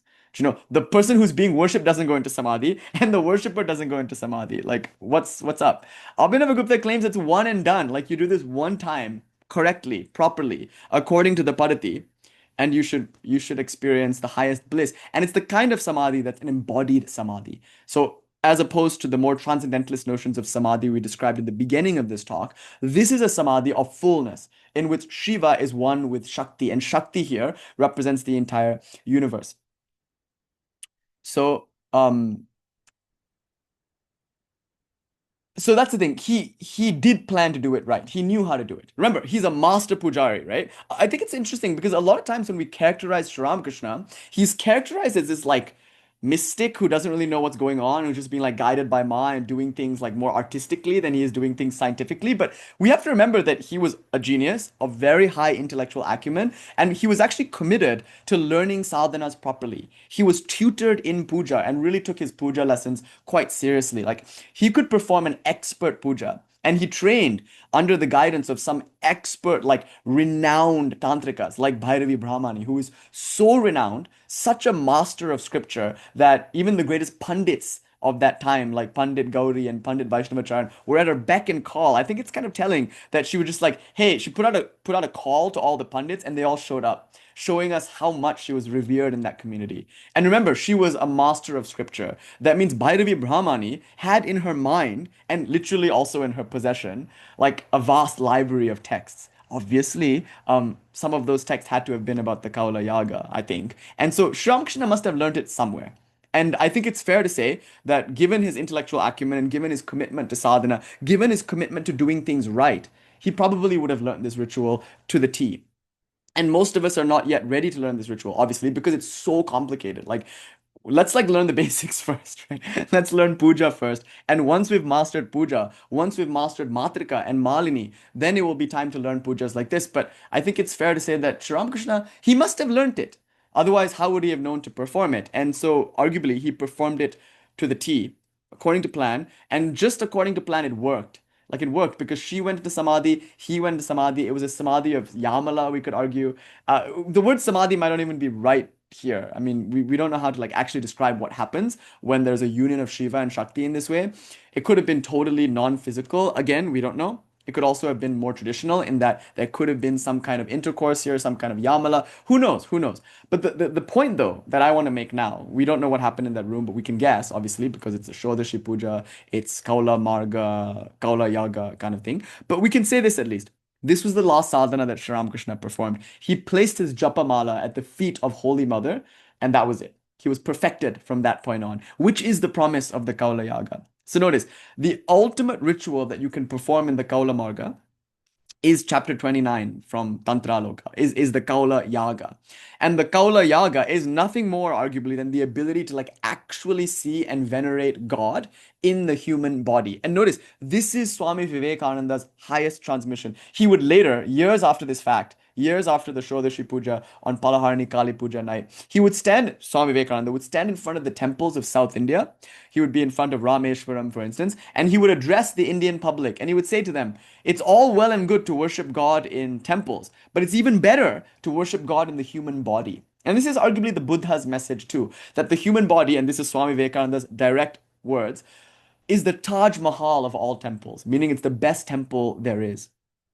So when we say Kuṇḍalini, we're talking about the goddess in the body as the body. So the veneration of the body becomes really powerful. So notice the Kaula Marga then will frame all the things that come from the body as being exceedingly holy. For instance, feces, urine, menses, semen, like phlegm, like whatever the body produces is also considered holy. Often we think these things are unholy, and also be careful, there are good biological like hygiene reasons for having aversions to these things.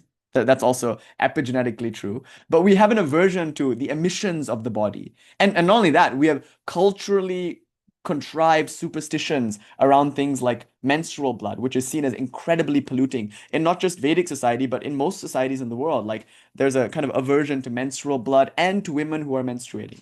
So there's a kind of widespread cultural, religious, societal fear. And a lot of that could be epigenetically, biologically important too, for hygiene reasons, for health reasons. But there's a fear of bodily emissions.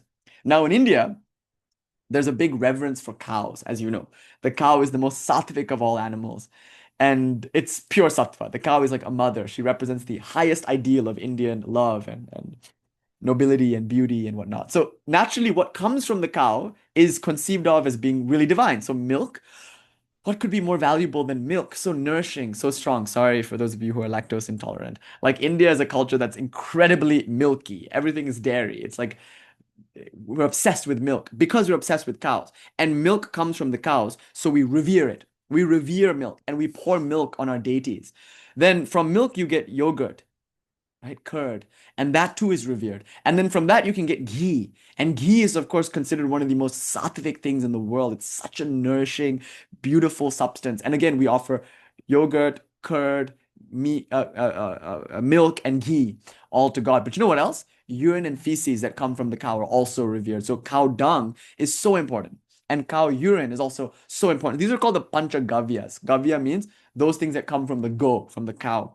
And there are 5 of them: milk, curd, ghee, urine, and feces. And of course, we always have on hand some cow dung and some cow urine because we mix them all together to make a mixture called Panchagavya. And often that's used to worship Shiva. It's used in the prana pratishtha of yantras and things like that. So if all of these substances are pure because they come from the cow and because the cow's body is divine, then wouldn't all the things that come from a human body be equally pure, if not more pure, since it comes from the ultimate representation of God in the human body?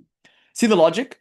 Cow urine, cow dung is sacred, just as cow milk, cow curd, and cow ghee is sacred, because the cow is sacred. But what about the human body? Notice the Kaula Marga, by virtue of being the path of the Kula, the path of the body, reframes the human body as that which is divine. And if the human body is indeed divine, then we must walk our talk, because then the emissions from the human body, we must then be able to say, are also divine, by virtue of the same logic as when we say the cow's emissions are divine. Do you see? It's a remarkable claim. So to actually perform the Kaula Yaga requires that you make these kinds of cakes. And the cake is mostly flour. It's dipped in a lot of alcohol, which is, I think, very important for the ritual because it sterilizes some of these things. But the cake is mixed in with all of these emissions, these panchamanis and whatnot. Because notice, so much of the Kaula Yaga is like an attempt to dramatically, almost through shock and exposure therapy, to dramatically reframe your idea about this world and this body. It's divine. It's divine through and through. And notice, Swami Vivekananda, he's not talking about the panchamani. He's not telling people to like do these kinds of sadhanas, although Sri Ramakrishna did. He did touch his tongue to people's excrement. And I'm warning you, don't try this without a guru. It'd be very dangerous because there are checks and balances and like safety precautions that we know as part of our Kaula tradition.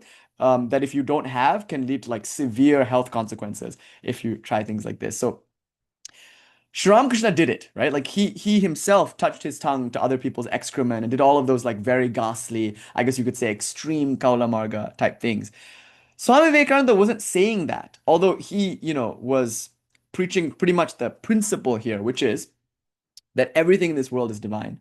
And that doesn't mean you put your hat on your feet and your shoes on your head. Obviously, you can live accordingly to the conventional laws and things of your nation and your society. But like principally, he's saying that like if anywhere God is to be found, is to be found in the human body. So instead of doing long, elaborate pujas, just go out and help somebody. And that's ultimately the Buddha's message too, that what you can do for others, given this view, is what you do to God. And this is the Christ's message, that which you do unto the least of ye, you do unto me. That's a huge claim. Right? In one of the Gospels, Christ is saying, whatever you do unto the least of ye.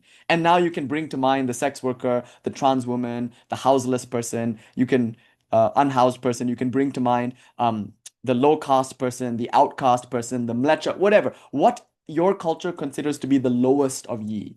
What you do unto the lowest of ye, you do unto me, the Christ is saying. Is this not a Kaula statement? And so the claim that we're making ultimately in the Kaula Marga is that the body is divine. And why is the body divine? Because the indweller in the body, her name is Kuṇḍalini, Kuṇḍalini.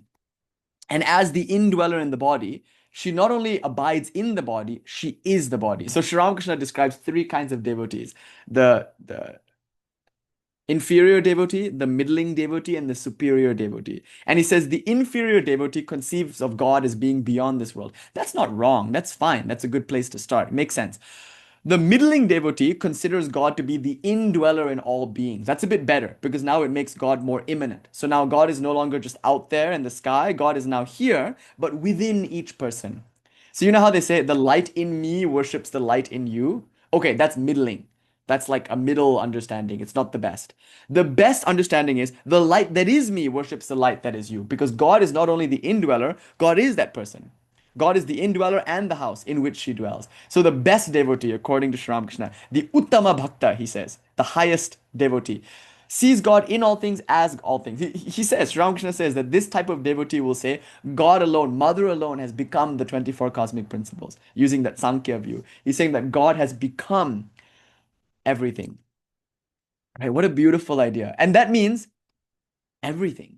Yeah, the non-dual bhakta is arguably the best bhakta. The bhakta who can see God in all things as all things is the best bhakta, according to Sri Ramakrishna anyway. So, why is the body divine? Because the indweller in the body is called Kuṇḍalini. Kula means body here, which can mean the macrocosm or the microcosm. Kuṇḍalini refers to the circuit or the coiled energy.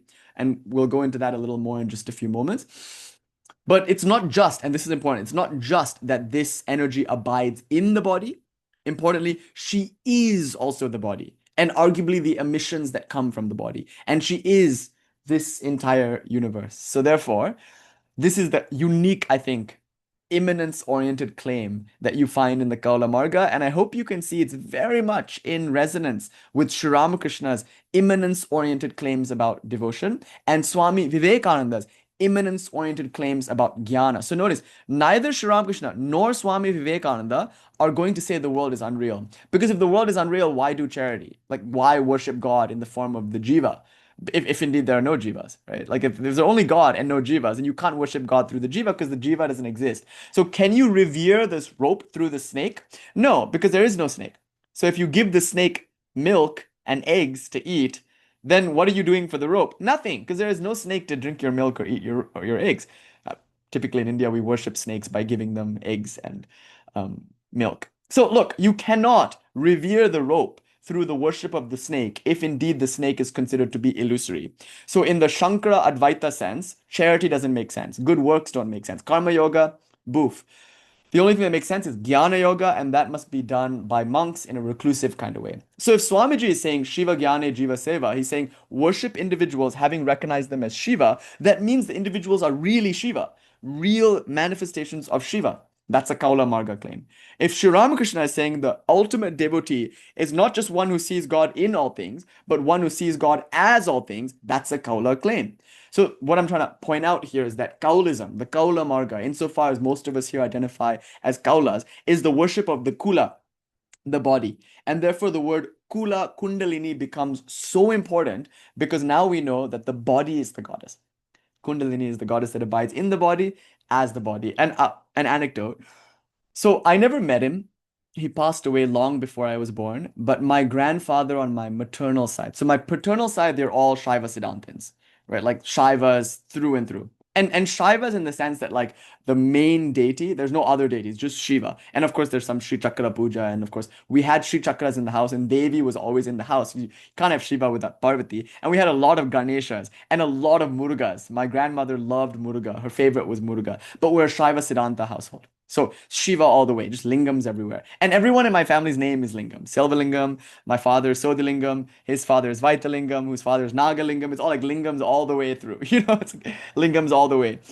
Turtles all the way down, lingams all the way up in the family tree. And Nagalingam is interesting too because Naga means dragon, so or serpent. So Nagalingam is an interesting thing, Nagalingam. But anyway, all of us are lingams on my father's side. They're all Shaivas. On my mother's side, they're all Shaktas. They all worship Amman, Shakta family. But specifically, my maternal grandfather, I never met him. He had a heart attack, died before I was born. And how he had a heart attack was also kind of interesting. There was a temple deep in the jungle. We've visited, of course, but deep in the jungle. And hey, can I have a cup of tea? I didn't make it. Oh, it's broken. Okay, never mind. Okay, thank you. So, deep in the jungle, there's this temple. And so my grandfather on my maternal side, he had this bypass surgery and he was told, don't climb up the steps of this temple. It's kind of gnarly. They're like a lot of steps. It's like really like a jungle temple, steep steps up a hill.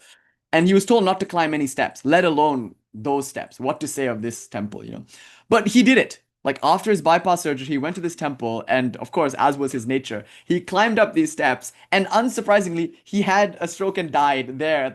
And importantly, in front of the Ma, like he was standing in front of the Ma in the Sanctum Sanctorum, had a stroke and died then and there. It was really remarkable to go and sit in that spot, of course, where he like kicked it.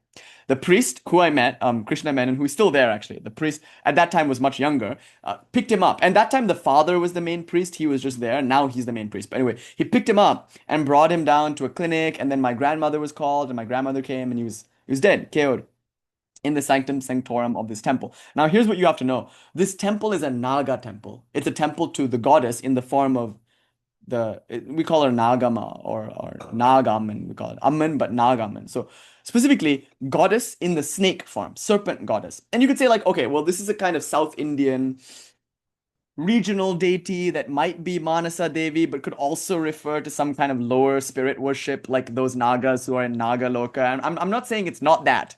It obviously is that, because a lot of this is associated to power also, to like cults of power and cults of spirit worship. A lot of this can be conceived in this kind of Naga Loka sense. But importantly, it's also a symbol obviously for Kuṇḍalini. So this is the goddess, but the goddess conceived of as a serpent, as a snake. Manasa Devi, some people call it, though we don't really use that term. We just call him Nag Amman. But the word Amman is important. It shows you that this isn't the worship of like Shankapala, Dhritarashtra, Takshaka. Like it's not the worship of Nagas as we conceive of them in the Mahabharata or anything like that. This is the worship of Amman, and Amman is the South Indian word, the Malayali word, the Tamil word for Kālī. She's a black deity in black basalt with tongue, with trident, with a garland of limes.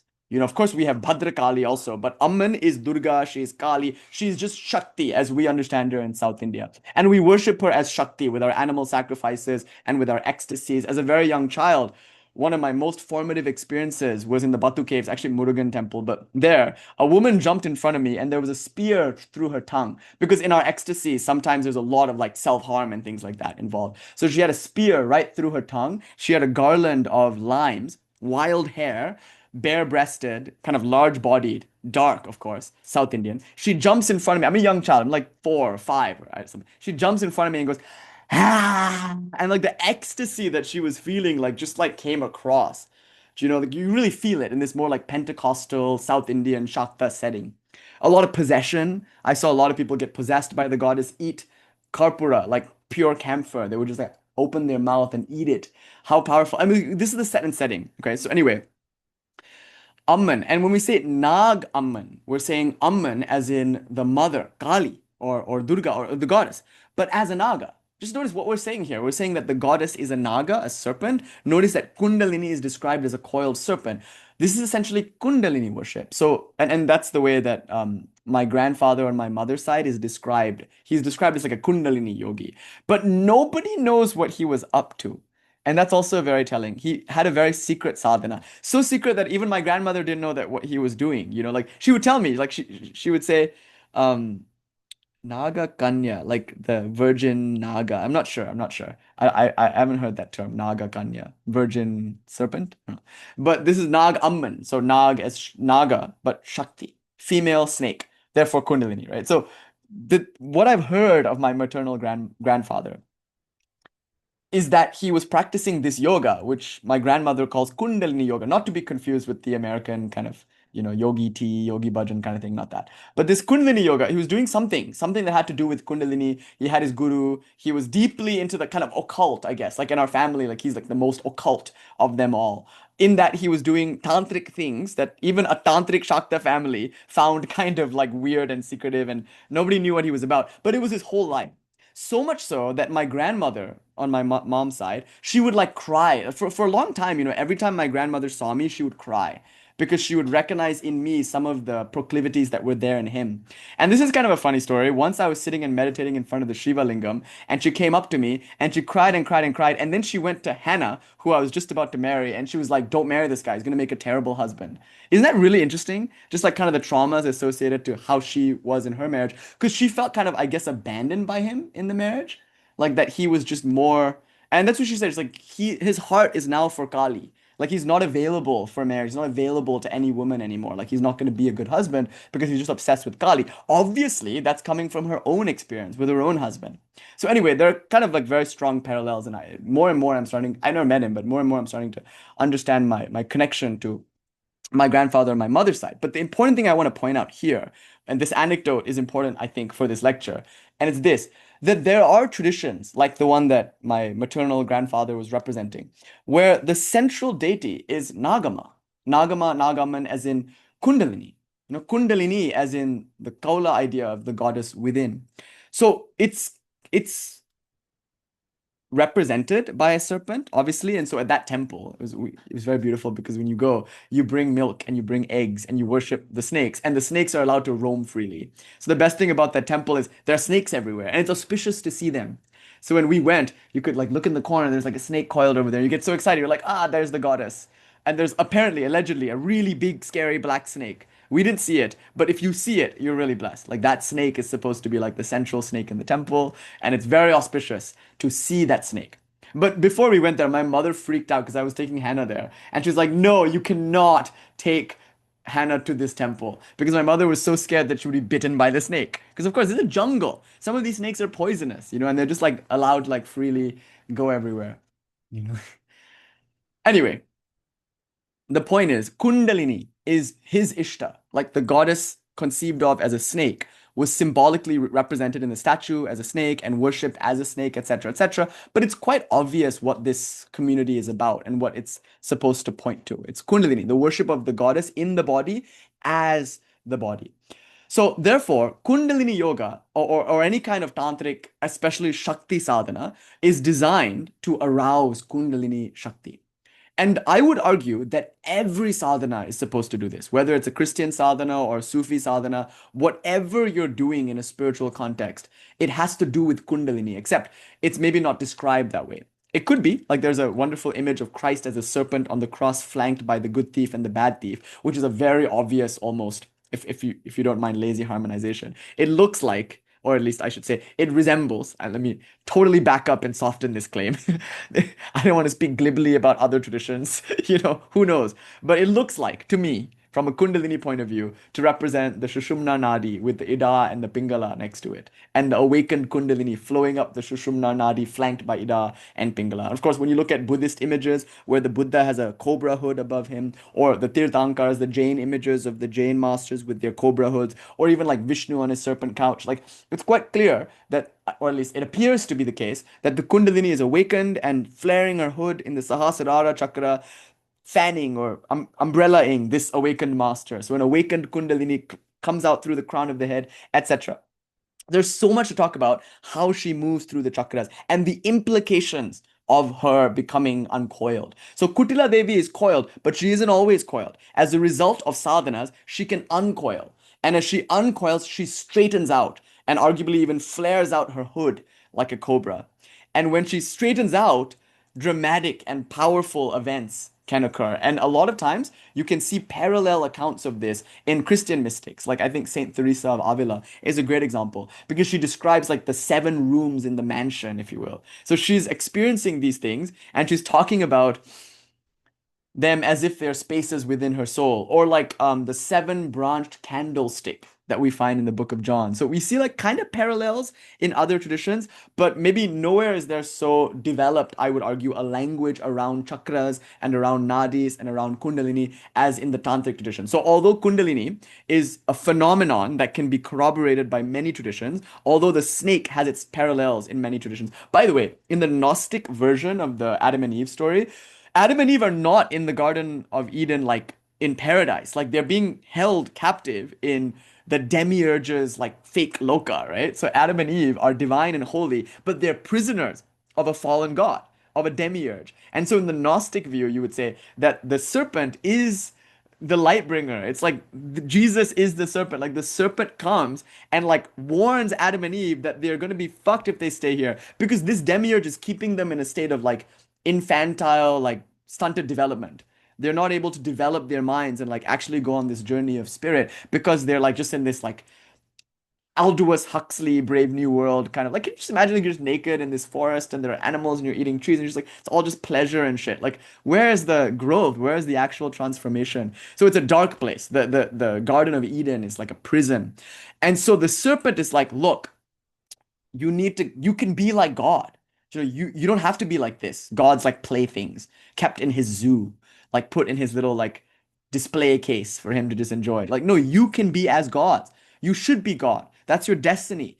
But you have to eat of this fruit. And so Eve is now the hero because she's the only one, a woman is the only one who is wise enough to understand this. He's just following rules and shit. He's listening to the sky daddy who is actually a demon. But she is wise enough and brave enough to step out of line. And not only does she eat the fruit, she's humanity's first guru. I mean, think about it. Eve, or you say Lilith or something, she's actually the first guru because she teaches Adam to eat of this fruit, which of course pisses the demiurge off, which actually begins their spiritual journey. So the fall is the first thing that needs to happen. So like lightning, the devil fell from the sky, or like lightning, the Kuṇḍalini Shakti goes down to the Muladhara, and now finally she can make her journey so that she can become one with Shiva and become as God. You, the Jiva, become one with God.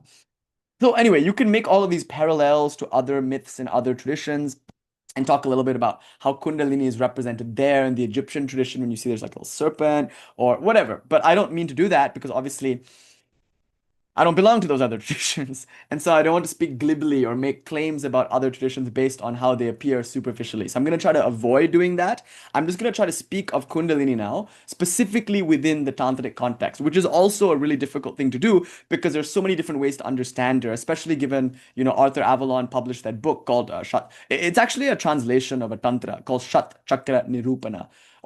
Yeah, right, Sat Chakra Nirupana, which is the 6 chakras and whatnot. And when he published that book, obviously the word Kuṇḍalini became very important, very famous, and the Theosophist very quickly took that word and applied it to some different understandings, which I'm not saying aren't good or valuable, just not traditional. And then, of course, you get people like Leadbeater, who is a Theosophist, who presents the chakras in a very different way. So now you get a psychological model of the chakras, which is non-traditional, or like versions of the Kuṇḍalini that are non-traditional. Of course, there are all these ideas that can come from these appropriated versions of Kuṇḍalini and chakras that muddy the waters a little bit. So as far as possible, let's try to talk about Kundalini from within the tradition, from within the context of the texts in which Kundalini is described. But specifically, let me just make this claim that Shakti sadhana, specifically sadhanas for Mother Kali, even Hatha yoga, these are all practices meant to dramatically awaken Kundalini and invite her up the Sushumna Nadi. And regardless, like, of how we do this, whether it's done through another sadhana or through Shakti sadhana, if it's done unskillfully, it can of course lead to some aberrations. And so that's worth talking about. Like, what happens if Kundalini awakens too quickly? And you only need to read Gopi Krishnan's book on Kundalini to see like how horrifying it can be. So this is your reading assignment should you decide to take it. There's a person named Gopi Krishnan. He's a pandit, a Kashmiri pandit, who was practicing meditation without a guru. Immediately you can spot four mistakes. One, he has no guru. Two, he has no ishta. Three, he has no concept of Kundalini, no philosophical understanding. And four, he's doing intense sadhanas. So imagine if you do intense sadhanas with no human guru, with no guidance, if you're doing intense sadhanas with no guidance and no ishta, meaning no devotional ideal who can protect you, who you can pray to, and more importantly, not only are you doing intense sadhanas without a guru, without an ishta, but you also don't have the philosophical understanding to like buffer your experiences.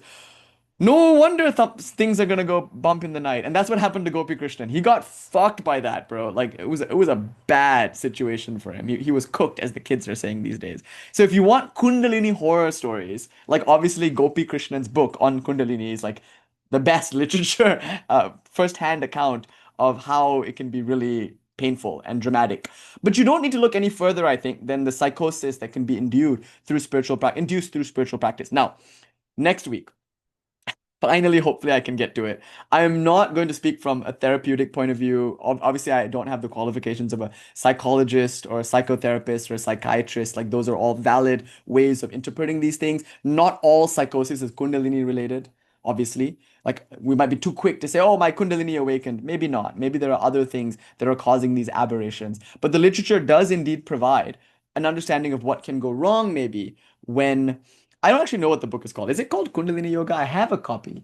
Yeah, I think it's called Kuṇḍalini. It's called Kuṇḍalini. Gopi Krishnan's book, Kuṇḍalini, right? But you can read that book. I think it's a good book to just kind of whet your appetite for the discussion that we're going to have. You guys, I really meant to have this discussion this week. Just like I meant to have this discussion last week. But weirdly enough, when I sit down to talk about spiritual crises and Kundalini emergencies and the things that we can do to stay safe, the last 2 weeks, I've just been hijacked. I don't know, both lectures have been hijacked with like different things. And so I realized that today it was important to me to just like characterize the word Kula Kundalini.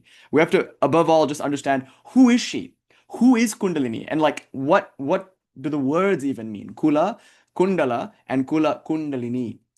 And of course, the main point of this lecture was to point out that this is our Devi. This is the Kālī that we worship. This is the Durga. This is Lalita Tripura Sundari. This is our highest divinity. And she abides in this body as this body. Right now, she's speaking. Right now, she is circulating blood. Right now, she's digesting food. She alone is Kula Kundalini. Next week, obviously, we have to talk about chakras because Kundalini moves through the chakras and necessarily we have to talk about Nadi. So you'll notice a lot of that is going to reference the stuff from our tantric anatomy classes. I think we have a class called What is Chakra or something. There's like a chakras lecture that we did some time ago. So we'll reference that a little bit. If you want another reading assignment, you might find this interesting. Arthur Avalon's book, Serpent Power. It's of course like a classic. And it's one of the books that like really brought the idea of Kundalini into the forefront of Western literature and popular culture.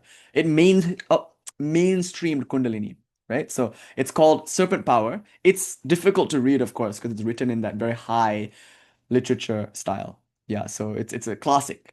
Arthur Avalon's Serpent Power, which actually is a very authentic and important book because it's a translation by a very good and authentic Sanskritist of a text, a tantric text, or actually more of like a post-classical tantric text.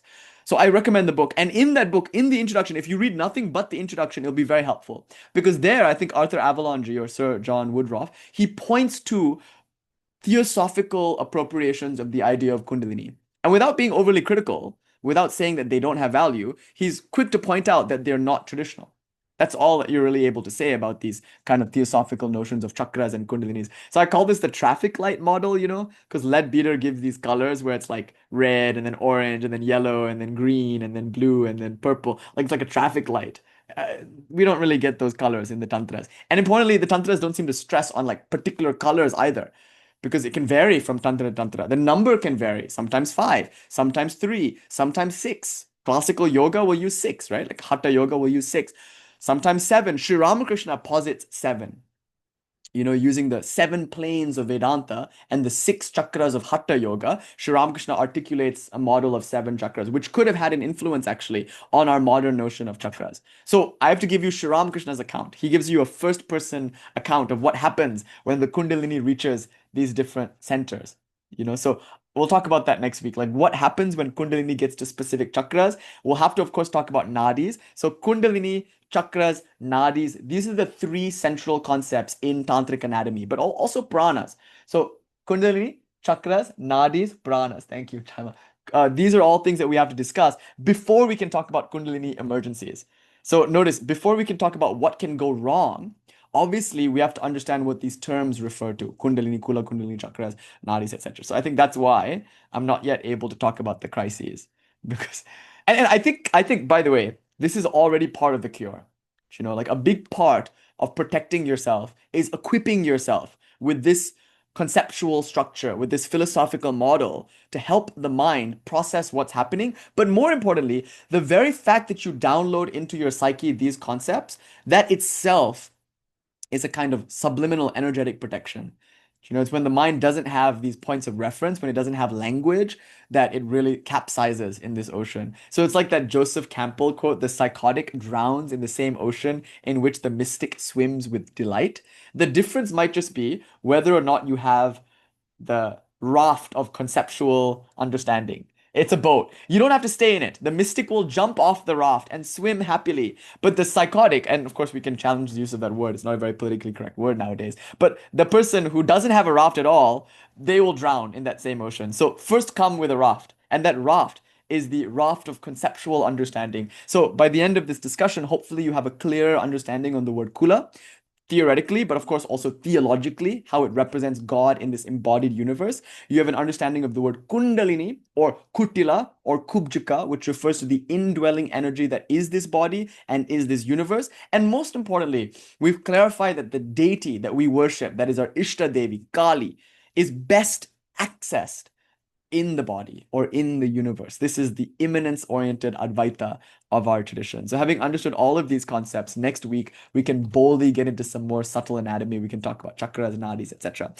And maybe next week, if I'm lucky, I've been trying to do this for weeks now. If I'm lucky, maybe having done that, we can then finally talk about Kuṇḍalini emergencies. And I have this idea that I've just been so excited to share with you about how Advaita protects you against things like evangelism and extremism and egocentrism, which of course the very natural things that happen when Kuṇḍalini awakens. You suddenly feel like you're Neo, the chosen one or something in the Matrix, and that it's your job now to help other people wake up, or it's your job to teach them the truth.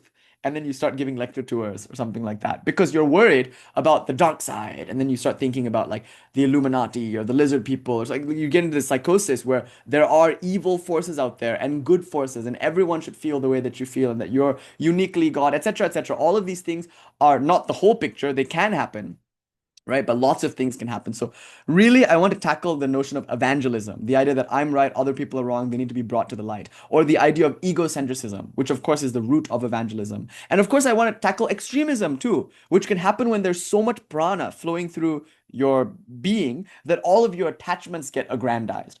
And this person is very dangerous, because they have a magnetism, they have a charm, they have the ability to influence and to also convey energy. And so a person who has an awakened Kuṇḍalini without purified chakras or without a purified nadi system, or basically if there's any block or aberration or lack of block, or, there's a lot of complexity to this discussion. Things can happen. And because there's a lot of complexity to this discussion, I think it's so valuable, I hope you don't mind, that we spend a little time just like acquainting ourselves, right, with the inner world, with the inner anatomy or the landscape. It's like trying to get a medical degree in subtle anatomy. It's difficult. There's a lot of concepts. Some people say your chakras are blocked. That's why you're having this result. Others will say, no, the chakras are not blocked enough. That's why you're having this result. Some people will say, your knots are still knotted. Your Brahma Granthi, your Vishnu Granthi, your Rudra Granthi are knotted. No wonder you have a messianic complex, etc., etc. But since I did say this class was about protecting yourself from Kuṇḍalini Shakti emergencies, we'll fulfill that promise and just say this.